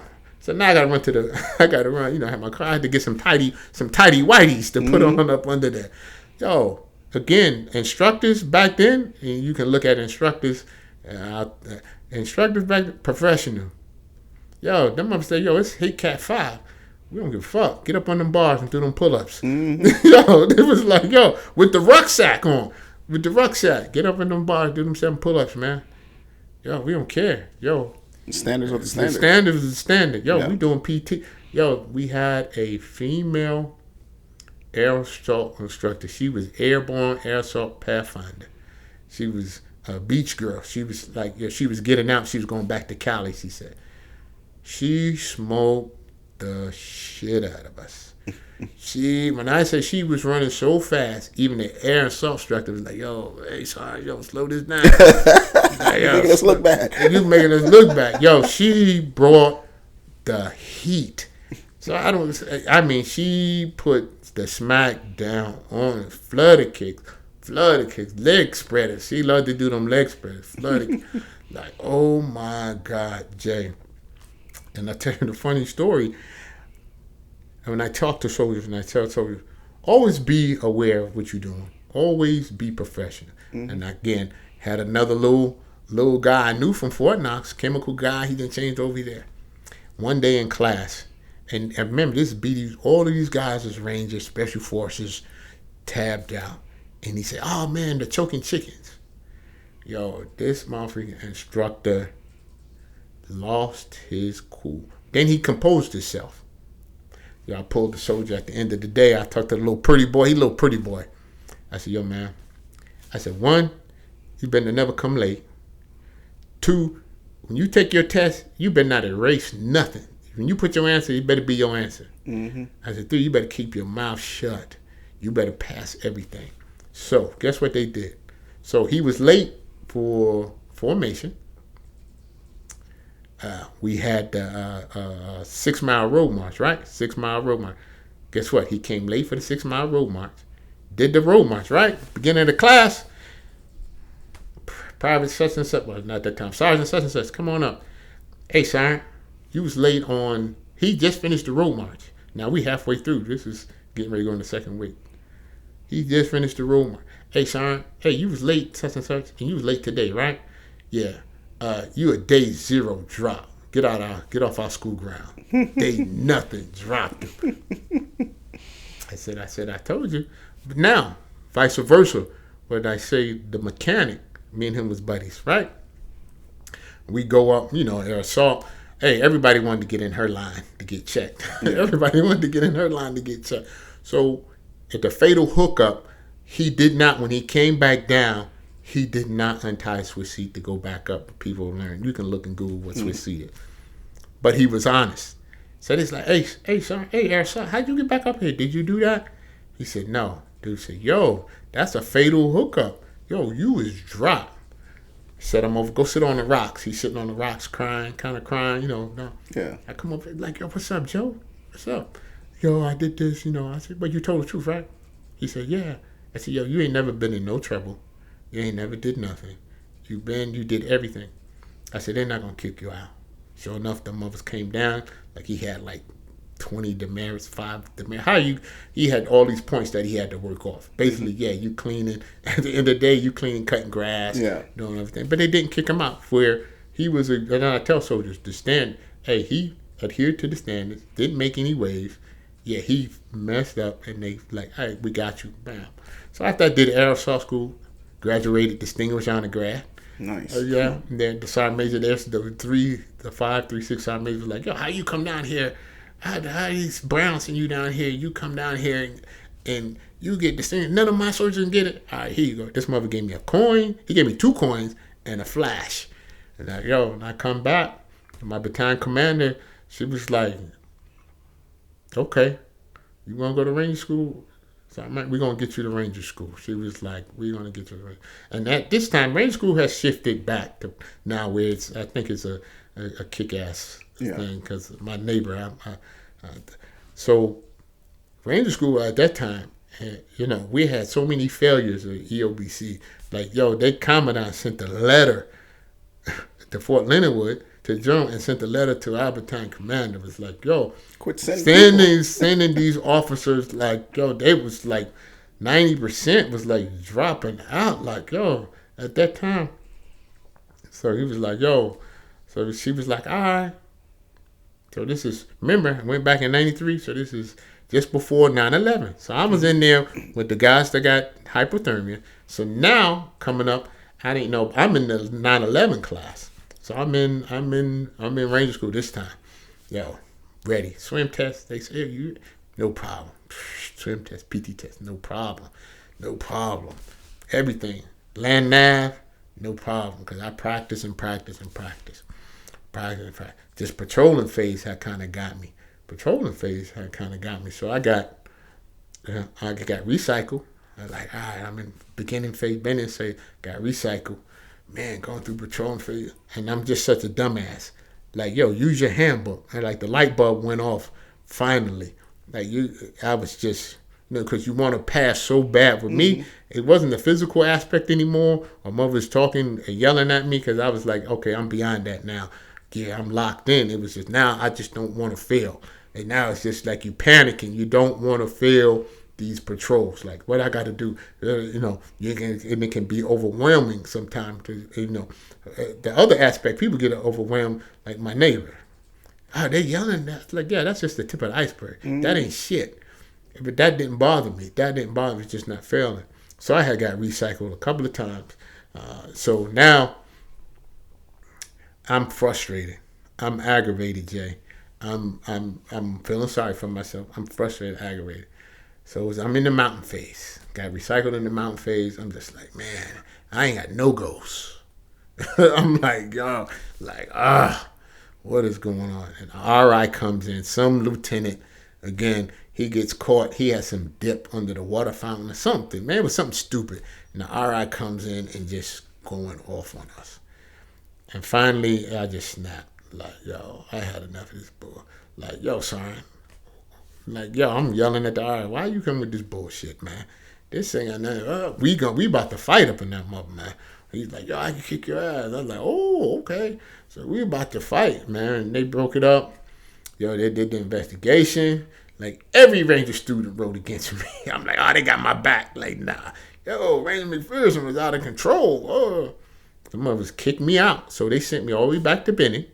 Like, yo, you out of here. Like, before I can get kicked out, I got to see the brigade commander, brigade sergeant major. But they were on leave. So I'm in the gulag. I said, and the light went off. I said, I wonder, 7 years ago, I wonder if these magazines are still under here. Jay, I moved the war locker, and from 7 years ago, those Playboys, Hustlers, and stuff was still under there. I said, you know what? Okay. I had to come to meet with myself, grab my best BDUs I had, wash them good, folded them up, put them under the bunk bed. I was the only one in the gulag. Only one. Put them in the thing. So I had to wait like 2 days. Got my jungle boots, went to the shop back, got a fresh can of kiwi. Spit shine my jungle boots for 2 days. So, all right, Eric. All right, Mike, when you go in front of this mother, You definitely don't even try to play no race card. And definitely don't tell them how jacked up they RIs is. They ain't even want to hear that. Because they was waiting on those two things. I knew it. I knew it. I said, they waiting. Oh, definitely ain't going to play no race card. Definitely don't do that. Went in there. Brigade commander, brigade sergeant major. I come in. Report. Bam, bam. Lock. Cock ready to rock. First thing the sergeant major said in the command, they said, wow, you got some nice boots, Ranger. Like, yes, sir. No, sir. I'm at attention. Mom was like, yeah, Eddie, parade rest. So Mom was like, hey, Ranger. So, what happened? I said, can I tell my story? He's like, yeah. I was like, yo, because I'm kind of animated. Can I move around? Yeah. So I said, you know what? Sir, Sergeant Major? It was my fault. It looked like them of us got hit with a rocket launcher. What? He said it was dumb. Then I said, hey, I'm not here to worry about who's getting extra candy or who's the food bandit or who got dip. And I explained that to the commander and the sergeant major. And the brigade commander said, you know what, Ranger? You absolutely right. You're not here to worry about. If somebody's getting over, that's not your concern. That's not your concern. He said, sergeant major said, what you want to do? Send me back to the mine. He said, no. They waiting. He said, they waiting for you, Ranger. You are day one restart. I was like, what? Yeah, he said, only thing you don't have to do, I ain't have to do the swim test, none of that, or the road march. So I was a restart when they went out to the field. So I was like, okay. I said, yeah, I'll take that. I was in Ranger School for 6 months, Jay. Damn. 6 months. That's how bad you wanted it. So these motherfuckers was either going to kick me out or I wasn't going to quit. I said, if I got hurt, that's the only way I said. If I got hurt, that's the honorable kind of way to go. I was there for 6 months.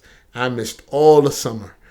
I graduated. It was October 13th. Went in April, just right after, January, February, March, April, just right after Ranger Stakes. What happened that week right after, and I didn't graduate until October. So I was there for 6 months. Like, yo, I got a big TDY check, but I was like, yo, the light went off in my head. It was like, all right, yo, use your handbook. Use this. Keep your head down. Keep your fucking mouth shut. Do what you got to do. You already, and again, I don't want to spoil it for people that go to Ranger School, but man, I look, the hazing or whatever you want to call it, that didn't bother me, man. Putting you on a tree upside down, qualified. Yeah. But what happened in Ranger School, 9/11 happened, Jay. So when 9/11 happened, of course, the Delta, the Rangers, Special Forces, some of them guys got, they didn't get dropped, but they got pulled and they had to go. So Ranger School went from hard, it was already hard, to like, yo, brutally, I use this all the time, hands-on. Why is that? Well, so now it's 9/11. They brought us back in. We got to watch President Bush's speech. And we watched the speech, and, it had gotten real to us. So Ranger School was already hard. So they brought us in. We got to see the president's speech, and it was like they pulled some of the guys. They was like, hey, it's real now. It's real. Yeah. Now, yo, Ranger School was hard. Like I said, only time, because the only thing I said when I tell the story all the time when I tell people about Ranger School, only time I just didn't want to lose my eye. You don't want to lose your eye, your ear, or something. Get breaking back. They tell stories. Hey, the last one, them ghost stories. The last student broke her back and this and that. So I didn't want that to happen. Yeah. And I'll never forget, just like I said, right after 9/11, we had came down from a patrol. This is the only time that I really was like, yo, F this. We came down and the mother said, hey, y'all want to walk? It was about 300 meters, less than 300 meters. No. About 100 meters of sticker bushes. They made us do 3 to 5 second rush through these sticker bushes, these sticker briar patches and back.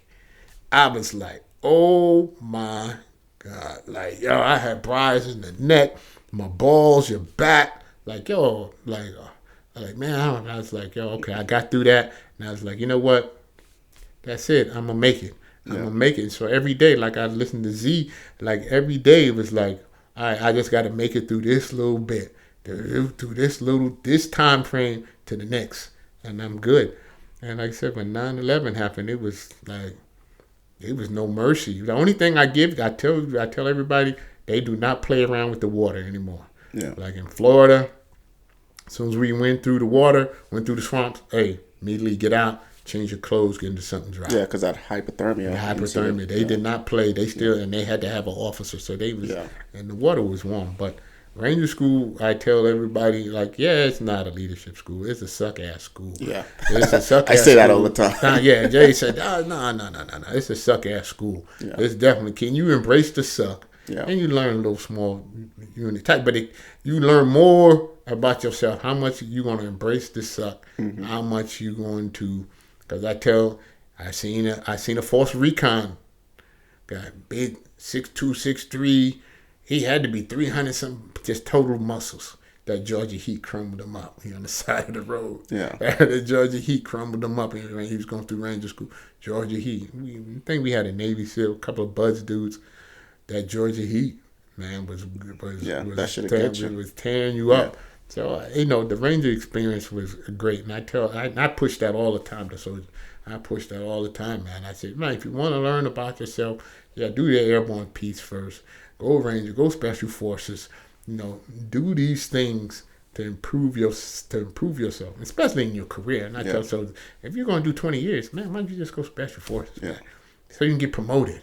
So you can get behind of your peers, especially if you're in a slow MOS. I tell if you're in a slow MOS that doesn't get promoted that quick, I'm not getting promoted. I said, I'm going to give you the answers to the test. I tell the soldiers all the time, you want the answers to the test? Yeah, Mr. McPherson. All right, start jumping out of planes. Yeah. Hey, go sign for Special Forces. Oh, well, go Ranger. Yeah. I said, that's the answers to the test. Mm-hmm. You got wife and kids? Yeah. I said, you got to put food on the table, right? There you go. Yeah. That's what you need to do. So, and I get these, airborne, I'm scared. I said, I just hear that all the time. I said, did you go to amusement park when you was a kid to ride the roller coaster? Mm-hmm. Yeah. So what the hell are you scared for? I said, I'm scared of bullets. Ain't you scared of bullets? I said, yeah. You scared of bullets too, right? But none of us shooting, you're going to shoot back, right? Yeah. Yeah, Mr. All right, take your ass, jump out them planes, man. Mm-hmm. If you want to get promoted, if you want to take care of your family, go to Special Forces. Like I said, I wanted that up, and I tell my story, I should have went Special Forces after Ranger. Yeah. I should have went Delta. I had an opportunity not to go Delta, but to do Delta support. And back in them days, they sent this giant packet, giant packet, and it was like filled out. And I had I can be honest, I had a 103 GT, and I called, and some lady picked up. I said, I got a 103. Yes, sir, 110. Can y'all weigh that? She's like, no, we ain't waving it. I'm like, you're waving UCMJ, but you ain't gonna weigh that? Like, no. And I regret it to this day that I didn't go Special Forces and I did not go Delta. At least try. And I tell soldiers, at least try. There's no shame in trying, man. It's no shame, man. If you didn't make it, at least you try. You can tell them, hey, at least I tried. What did you do? Did you try? So that. Well, I'm hoping somebody hearing this, I'll decide to try, right? Because this is what all of this is about. Is because someone out there is probably thinking it and they're putting it off, and hopefully them hearing this, so I'll put boot to ass, and they'll be like, oh shit, I don't want to be out and retired and still have the regret of not doing it. Let me do it while I still can. While you still can. So now, looking back at your career, as we wrap this up, and we'll get into the later topic, I know you mentioned the regret of special operations. Is there anything else you would have done differently if you had the opportunity to? If I had the opportunity, like I look now, yes, I would have went. Like I said, we didn't know about. I'm from New York City. Once I went airborne, that was it. I should have just went special operations, and just kept. Even if I didn't make it, kept going. I just tell us real quick so we can move on. When I had went airborne school, when I was going to Ranger school, and I was getting my paperwork, I met. He was a 42 Alpha. He had a cast on his leg, broken leg. I was like, hey, what happened to you, man? He was like, he tried out for Delta, and he got his leg caught in the rocks, and he broke his ankle. Mm-hmm. And he said, once I heal up, I'm going back. And you could see the fire in his eye. This was a clerk, little E4 clerk. He was like, he broke his ankle. But you know what he said? I'm going back. I was like, yo, you going to make it, man. I said, yo, you hungry. You hungry. And and they took that light, like I tell Z, I seen Jake saying, "Yeah, I was 35. Yeah, when I finished Ranger School, it was another 35-year-old guy. He didn't make it. I was 35. He was just like, yo, this was something I wanted to do, so I didn't regret. I regret I never went Special Forces. I regret I never went Delta. You know, I look back and I try to live. I try to live through other soldiers, and I'm still waiting. I know you all are doing great things. I'm still waiting. It's been 12 years in my job. I'm like, I'm waiting to go to a Ranger graduation. My wife let me go. I'm waiting to I've been like my neighbor. He's an 88 Mike. He's air assault, airborne. I'm always giving him shit because he didn't make Ranger School the first time. The swim test got him. The swim test. He just, he's getting ready to go back. Yeah. And I'm like, yo, man, where you from? Barbados. I said, you from the islands? You can't swim? Mm-hmm. Oh, damn, all the swimming around the islands, you ain't did that. I'm always giving him shit because when and I had the brothers call him up and talk to him before he goes. So I called up my good friend Chris. He's retired Ranger. He just retired. And Chris was like, I don't want to hear it. Great, Ranger Chris like, ain't no excuses. I said, you know what Chris told me to tell you? It ain't no excuses. He didn't want to hear it. He ain't talking to you no more. That's it. We done told you what had to be done. We gave you the stand. You had plenty of opportunities, but he's got another opportunity. Yeah. I like that because, and we'll put that out there. Well, I'll put it out there too, is like when you get to that part of your career where you're trying to be, part of that 1%, like, nobody wants to hear the excuses, right? Because now with social media and the internet, you know exactly what you need to do. Like no shit. You can send me an email. You can send anybody an email out there. Or you can look it up yourself. You know exactly what you need to do. A lot of people, what they're doing is they're saying, Jesus, take the wheel. Yeah. Oh, I suck at swimming. Jesus, take the wheel. Yeah. I'll figure it out when I get there. It's like, no, dude, you got to do fucking push-ups. You got to do sit-ups. You got to run. You got to swim. You got to ruck. Just don't go until you are 1,000%. What did Jake say? 400%, already. Yeah. He's like, dude, don't go until, don't show up and Jesus take the wheel and hope that you pass the swim test. Yeah. Go there knowing that you put in the work. You swimmed over and over again, and you can pass the swim test. Yeah. It'll do something for your confidence. Yes, Jay, that is it. I don't get it, man. I don't get it either. I told him. I said, hey, man, I used to practice swim tests on my kitchen table, man. Yeah, I was like, oh man, I don't get it. Yeah. So now, did you do 20 or? Yeah, I did 20 years and 7 months. Okay, 7 months too long. How was that that exit for you from the military? Because I know we all suffer from, to an extent, that identity crisis when we decide to transition. How was that transition for you, and what led you to working where you currently work? That transition, again, was bittersweet, Jay. The transition from military to civilian life was bittersweet. And I try to go back to all of these sergeant majors and them, and when they say, hey, when I my last day, I put on my best uniform and walked all around Fort Knox. I went to the closing of sales. I went to everywhere, Class 6 everywhere. And I thought back. And I tell soldiers, don't never think back and say, what if? And I still had, when I was retiring, I thought back, what if? And, and I had got an offer from, battalion commander, because I had did the spur. I had got an offer, hey, I got contacts in Washington, hey, blah, blah, blah, we can look at this for you, so I'm afraid to you. And I was like, sir, no. It's like, yo, I understand my mistakes I made when I was in the career, but, I retired Army, but I understand. I was like, you know what? Yeah, I'm done. I said, my body's breaking down. It's, then had 2 knee surgeries. No, not at the time. I had 4 knee surgeries. I was like, yo, I'm done. It's like, it's time for me, it's time for me to move on. Yeah, it was very heartbreaking. Very heartbreaking. I'm honest. When I left, yeah, it was that if factor. But, I was heartbroken when I left. But, it didn't glad you glad. It takes about a month. And then, I was able to transition into some hood stuff. And I transitioned right into security contractor for one of the big three. So I transitioned to security contracting, and just so happened, that's when life was good, pay was good, pay was good. Everybody there, I'm low man on the totem pole. Everybody there, Special Forces, Delta, Ranger Regiment. Matter of fact, my battle buddy that got me through Ranger School, he was there. He was there. He making big money. He was there. I was like, shoot, he got me through Ranger School, man. He was a regiment guy. He got out. He got out of the little E4, man, making big bucks.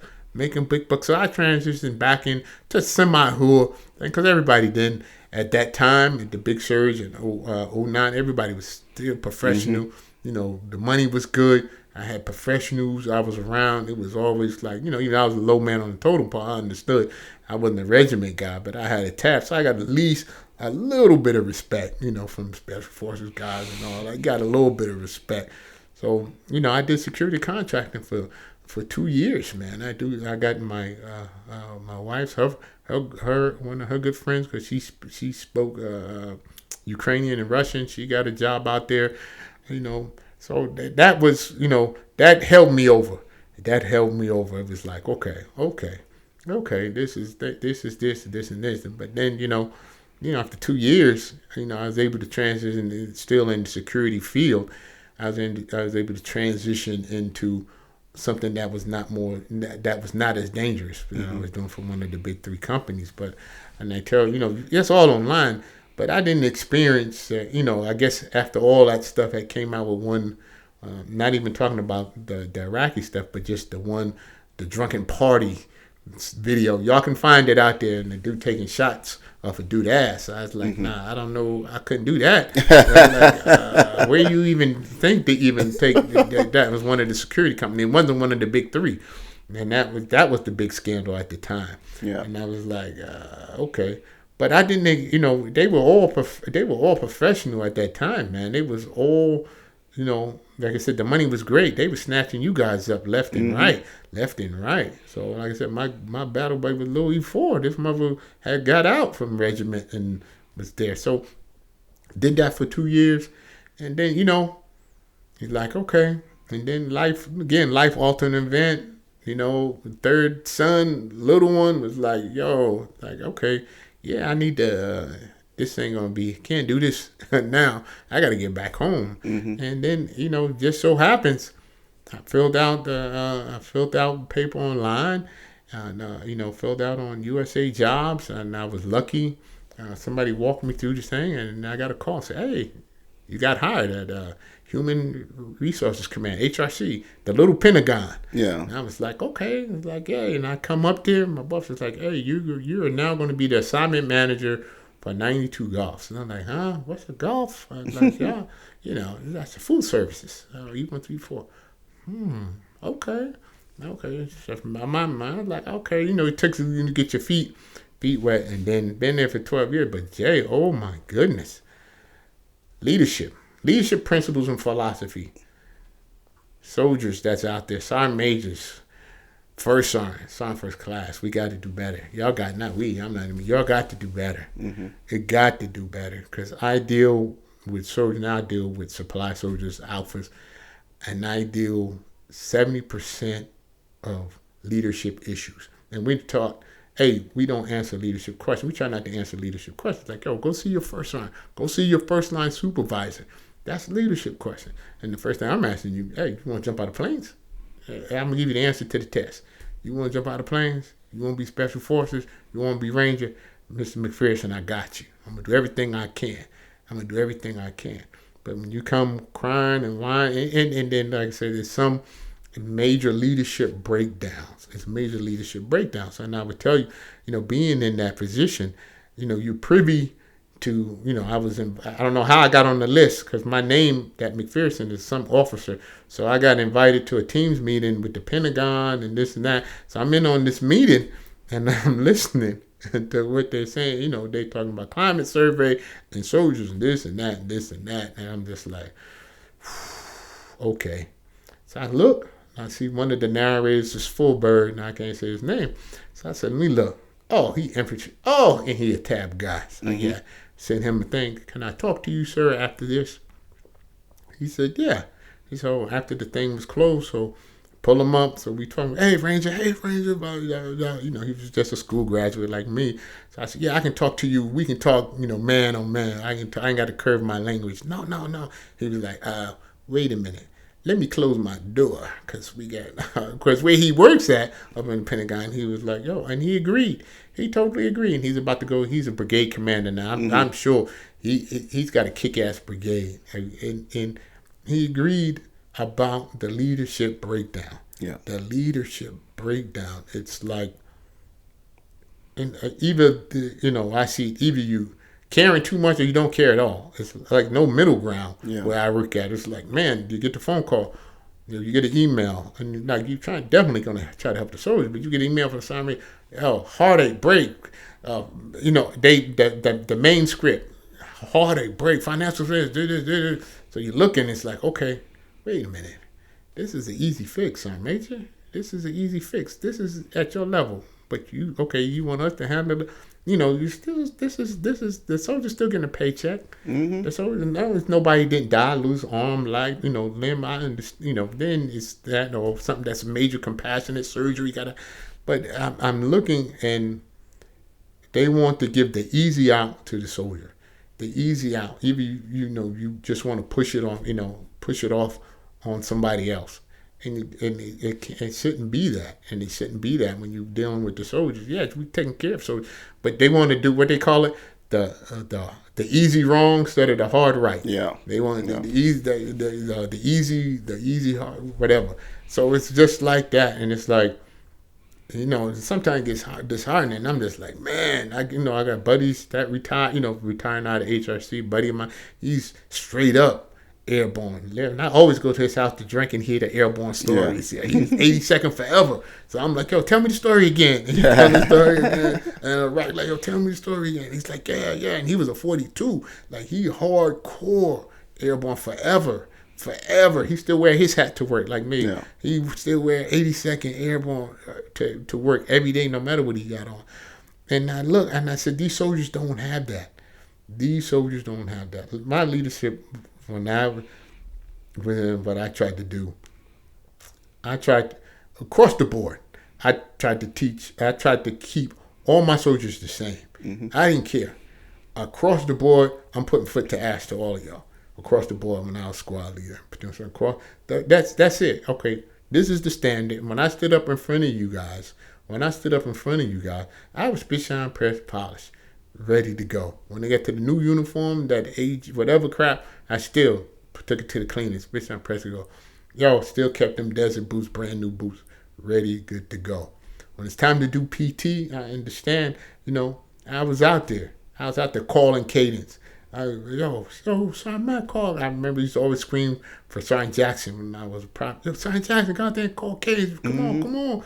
Yo, I was always out there calling cadence, motivating my soldiers. It was all that. That was the key thing. The first principle is be the standard. Hold your soldiers to the standard.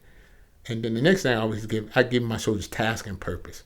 Leaders do not do that. That is the most awful thing, task and purpose. I got a second generation soldier that called me. He's second generation. He called me. Hey, I got to leave this post. I ain't gonna say the post. I'm like, okay, what's going on? He's like, we don't even do PT in the morning. He's like, yo, my mom and dad's retired. He's second generation. Not even airborne, just regular soldier, and he wants to leave just because they're not even doing PT. He said, we don't even do PT. They don't even, it's like, this is the Army? He's like, I was like, all right, I got you. You going airborne? Yeah, I got you. You up out of here. So I used to give my soldiers, no matter what the task of the day. Hey, if we was on red cycle, we got to cut grass and this. Hey, this is what we got to do. Understand? Hey, we on red cycle. Yeah, we got to cut grass from here to here. We got to make sure this is done. Hey, we're going to get it done. We're going to make it. So I always give them that task for the whole week. Hey, this is what we're trying to accomplish. Soldiers don't get that. Soldiers come in and don't know what's going on for the day. Soldiers come in, don't even know, hey, what we doing for PT today. And it doesn't have to be the same, the dirty dozens. But, they don't even take soldiers to the gym and play basketball with soldiers. Man, we used to play football all the time. Man, we used to play tackle football. It got so bad that they had to stop it because we was getting hurt. Yeah. So for PT, we didn't always do run. But leaders don't even take soldiers. Leaders don't even go to, when we had basketball games and stuff against the unit, it was unit pride. Your whole unit was there. There's no pride in units anymore. There's no, I'm the standard. I'm going to show you the standard. I'm going to give you a task and purpose. I'm going to hold you to this standard. I work at HRC. I'm getting some coffee from Dunkin' Donuts. He's a major. Both hands in his pockets. Rocking back and forth, talking, pockets unbuttoned. Just looks like shit. Looks like purity shit. Here comes the E8. Master Sergeant. Hey, Master Sergeant. You don't say something to me? I said, you don't bust him out. Of course, you ain't going to bust him out. Oh, mister, man. You was back in when they had the shiny boots and stuff. You was back when they had the BDUs. I said, what that's got to do with it? Yeah, this major looking crazy than a motherfucker, man. He looking crazy. And then you got juniors, because we do have some little E4s that's running. I remember I got in the E4 ass, man. In Walmart. I seen the bread. I'm like, yo, man, I ran up on him like, yo, you looking fucking crazy. I said, wait a minute, where you at? I said, oh, I know your Sergeant Major. Sergeant Major Townsend. No, please don't call him. Please. No, I'm calling him right now in front of you. Hey, T. He said, man, I didn't told him I didn't got in his ass. I said, no, you didn't. You didn't really get in his ass because he in Walmart looking crazy. Yeah. He in Walmart. So the leadership standard is not being upheld. How do we fix that, though? And it has to start, within these academies. It has to start, airborne school, it was the standard. I don't know how it's going now, but then we have to take a PT test to go to airborne school. I watched this little video. It was so funny. The guy, the thing came across, they got rid of the 5-mile run. What does that have to do with? It doesn't have nothing to do with jumping out of planes, definitely. But, you got to learn, all that, the JMPI, how they jump out of plane. No. But why would you get rid of it? For what? Yeah. I said, what was the logic to get rid of it? Air assault school, I had to do 2-mile run. That has nothing to do with air assault. That has nothing to do with air assault. How to hook up and learn to know the plane. That had nothing to do with it. Soon they might get rid of that. So when they taking away these standards in these academies and they're teaching, Jay, I could care less if you're 11 Bravo and you can write a book. I need you to be able to shoot, move, and communicate. Mm-hmm. It doesn't matter what MOS, but at these academy levels, everything, and it's great, they pushing the English and writing papers and stuff. No one gives a shit. Yeah. Nobody, that doesn't make the soldier. And how do you fix it? It has to start at the top. It has to start from the Sergeant Major of the Army. The last Sergeant Major of the Army, God, bless him, he was a Ranger. But, he's tweeting, hey, what's my next tattoo? Tattoo, I should get it. No. That's not what you're there for. Yeah. You should be tweeting, hey, who's Ranger or Special Forces graduates, Q course graduation I'm coming to? Hey, who Air Assault I'm coming to? Who Airborne? Hey, who's going to join me? Hey, I want to get 5,000 likes. Yo, I want y'all to go join this, do this. I'm like, okay, you tweeting about, this. Changing the uniform does nothing for soldiers. No. Nothing for soldiers. It's just something else I got to go fucking buy. So, yeah. Because I had my print all this wrote down, I'm just going to try to go back off the memory. Sure. And when I say you treat your soldiers all the same, but there's different circumstances that happens with soldiers. So you can treat them all the same, but this incident, they can have two of the same incidents, and I tell soldiers this all the time, but it can be two same things can happen, but it can be circumstances that involve these two things where you may not treat them the same. And I tell you how this happened with me when I was a squad leader. The chat in the barracks is like, hey, we got Specialist Peterson's coming over from 1st Platoon. He's coming over. So he coming over to you. I'm like, Pete, okay. There ain't got nothing wrong with Pete. So Pete comes over, and Pete was like, yeah, Pete said, yeah, he reports, and he's like, yeah, the commander, asked me, and I'm like, huh? Yo, commander, sir, can I talk to you? Yes, I'm official, come on in. Hey, sir, close the door. Can I talk freely? Yes. What the fuck you asking Peterson? He okay coming to my squad? Huh? I said, you asking Peterson he okay to come to my squad? I had black and whites in my squad anyway. I said, sir, he gets no say so. He coming from another, he being rehabilitated. So I treat them all the same way. Oh, you can't do that, sir, Matt McPherson. I'm like, huh? I said, what? I'm just like, I was just shaking my head like, you asking another soldier that's getting rehabilitated, he comfortable? No, he messed up, but we're going to get him squared away. Even if he didn't come to me, if he came to somebody else, you don't ask him that. This is where you go. This is your second chance. Don't mess it up. Keep it moving. Not, hey, you happy going here? No, he done messed up. So now you ask him, after he done messed up, you asking him, is he happy to go here under me?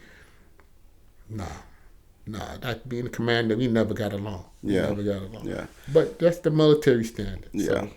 I agree 100%, man. And I think that leads right into what we're dealing with today. Because men or young men nowadays, they're not looking, especially the ones that grew up with like in a military, family, like that legacy. Like, they're not looking for the military to be easy. They're looking for a challenge. They're looking for, cool stories to tell their granddad or their kids, just like they heard it from their parents. They're looking for a military that has standards. So I think watering down the standards and removing the standards is actually hurting us. Because as a young man looking to challenge myself, I'm not looking for an easy military. I want the challenge. That's what I'm looking for. And that is exactly right, the challenge. And like you said, that goes into why is recruiting at the all-time low. One, I got, again, names of the innocent. I got two buddies. They work in the messaging and stuff. And I remember I told them, like, yo, I was the one that said be all you can be many years ago. So the Army got that from me, brought it back. I'm like, yo, we had the wrong messaging in recruiting. First of all, whatever, that was horrible. But now we're back to be all you can be. Be all you can be. But the recruiting crisis, because we're dealing, like you said, these young men and women, they don't see the military as a challenge. It's so much great stuff out there about the military, but then there's so much negative, to get them views, somebody get on, such and such said he put the soldiers out of the barracks, to get these views, there's so much negative, but it's so much great. So I tell, why do we have this recruiting crisis? One, our messaging to the young men and women, our messaging, not being self-pride, not being tough, not being that raised up Neanderthal knuckle drag or male fit, not being that. So, that is one of the aspects, and the messaging that we were sending out. We were sending the wrong message. Look at the Marines. The Marines remain pretty much on par. Yeah, they're consistent with their message. Excuse me, because of their messaging. Their messaging is, hey. Yeah, and hopefully the messaging gets better, man, because the leadership has to get better. The standards has to remain the standards, because at the end of the day, removing bits and pieces of a school because it doesn't belong there, it's irrelevant. Like that 5 mile run was put there for a reason. Yeah. It's testing, physical stamina. If you start removing that shit, then you're gonna have overweight people jumping out of planes, and it's put there for a reason. You're removing it for a reason. It's because people can't pass it. Because people cannot pass it. And because if everybody was passing, there would be no need for you to remove it, right? Exactly. So once you remove it, you're pretty much telling everybody that went before it was removed, like, hey, these folks get a special pass now.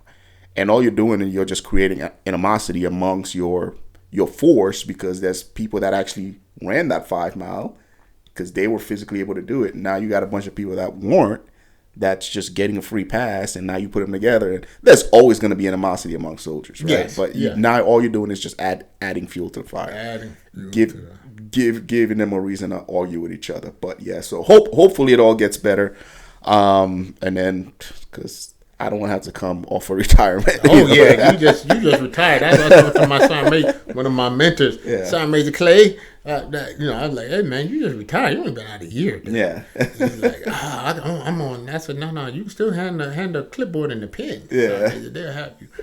So and like you see, more the transition talking about the recruiting crisis, because I don't know what. Again, I'm not in Congress. Stop using the military as this petri dish for experiments on whatever is going on out there in the modern world. Stop. Military out. We got the best Air Force, Navy, Marines, Coast Guard, Reserve. We have, bar none, we have the best soldiers. Soldiers need to just put foot to ass to the enemy. That's it. Mm-hmm. That's it. Make sure they got their money fed. That's it. Stop with all of this. All of this woke stuff that's just permeating into the thing.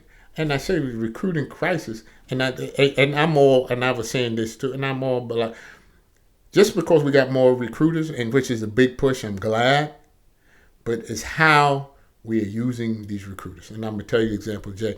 My son we just came from St. Louis. He had a 3-day soccer event. It was over 5,000 to 10,000 people there. And it was just not just for soccer. It was soccer, lacrosse, college lacrosse, softball, baseball, cars everywhere, hotels packed, cars everywhere. And I look around, and I'm always wearing an Army hat, Ranger hat, and everybody says, hey, you was a Ranger. Disclaimer, yeah, I went to school. Yeah.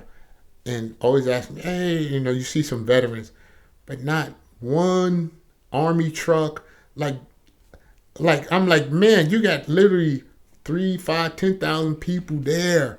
But you got the Capella Sports. I was giving out all these names. You got their sports truck there. They playing music. They're sponsoring this, and I'm like, where this is where the recruiting. Yeah, I get it. You got some online that's doing the game thing and the digital thing, but you need boots on the ground. Mm-hmm. Like, I'm giving you the answers to the test, recruiting command. I would find out USAA, win the tournament, basketball tournament, win the soccer tournament, all these little tournaments for the high school.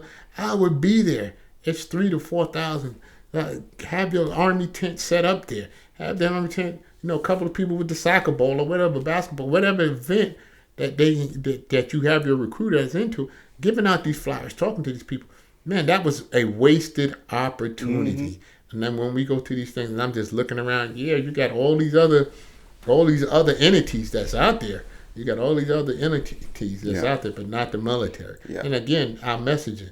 Yeah, the digital age, it's great. The people on YouTube are doing TikTok, but you still need boots on the ground. But at the end of the day, though, like, for example, like, if the military needs men like you and I, like, when I was, like, young and dumb, like, I wasn't playing video games. I wasn't on, like, social media. Like, I was out there doing man stuff.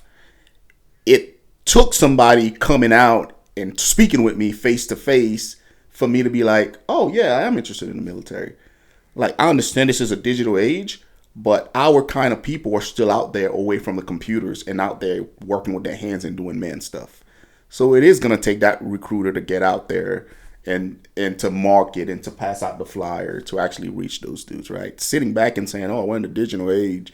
Not everybody does social media like that. Right. You know what I mean? So you still got to get out there and walk around and talk to people. And walk around and talk. I'm Jay. We got plenty, my upper boss is one. Yeah. He's always talking. Yeah. Always talking to soldiers, man. He's, well, not soldiers, to civilians. Always pushing that. But, and again, we got some soldiers, I got 100 stories. We got some soldiers. Jay, a soldier was like, hey, I tried to, I'm trying to get in, blah, blah, blah. We was getting Christmas time. We was getting at the shoe store. It's like, okay, did the recruiter get back to you? Well, kind of did, and not. So I had to get back to work. on that Thursday when I go in the office, because I call from the government phone, call the local recruiting station. Yeah, so I don't say who I am. I just said, hey, this is such and such. Hey, I got a feeling interested in becoming a soldier. First thing this recruiter was like, what do you know about this person? Do you know this person? I said, hey man, that's not my that's your I'm just giving you a name and number and contact. Hey, well, by the way, hey, I'm Mr. Such and Such and I work over here at such and such. All right, thank you for your help, sir. Click, Sergeant. Click. 30 minutes later, hey, Mr. Such and Such. Hey, this is Station Commander. Yeah, that name that you gave us, yeah, definitely. We're going to make contact and follow up. Like, okay. Like that should have been the first thing that came out of your mouth. Yeah. So that goes back to the standard. Yeah. That goes back to what standard is that station putting out to them? And I get it, Jay. Not everybody, you get DA selected and you're getting forced into being recruiting. You don't want to do it. But there's still that pride there. If you're going to be there, do it to the standard. Do it to the standard. Yeah. And it was like okay. And I got a couple of soldiers that's out there recruited. And one told me I can't say the station. I'm like, yo, now we don't leave the station. It's like, huh? They was like, yo, they come in hungry. They like, yo, I want to get out. I want to do this and do this. Oh, well, we wait for them to come in because they're in a big area. They're in a big area, so they kind of, and it's like, huh?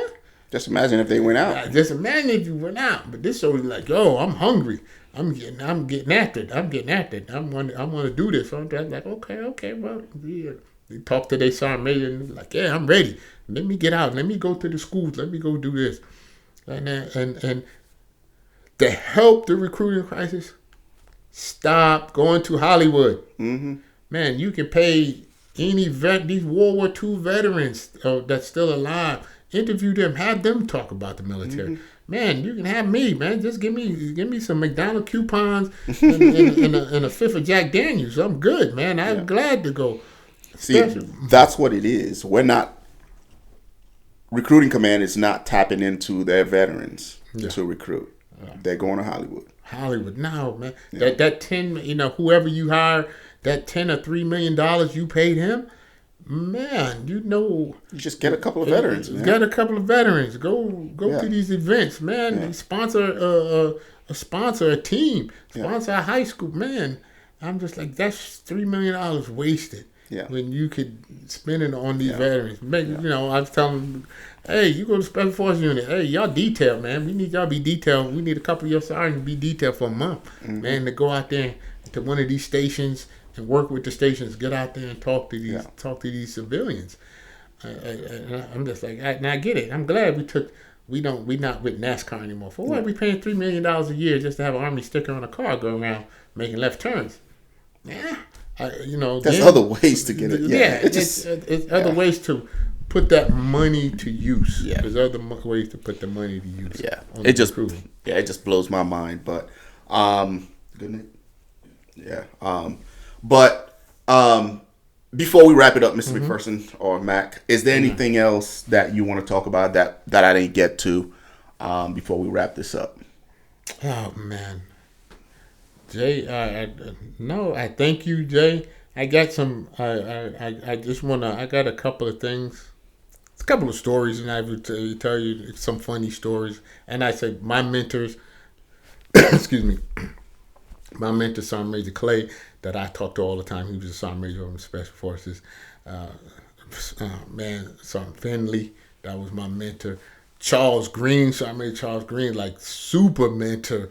Super, to this day, he works over there in the recruiting thing, but super mentor. But soldiers today, you're definitely not. And I always tell this story about when I was a little E4 getting into trouble and stuff. We used to handle our business. And I meant to call my buddy before I came in, so I'm going to still call him and tell him to watch this. And I will tell you, I remember one time, because it was always competition. My unit against Jay's unit, Alpha Company against Bravo, or engineers against the infantry. It was friendly competition. Sometimes get heated. And I'll never forget, we was in the club and we kind of got rowdy. We kind of got rowdy with some armor guys, and I never forget at Taco Bell. And I always tell this story. My partner, we came up together.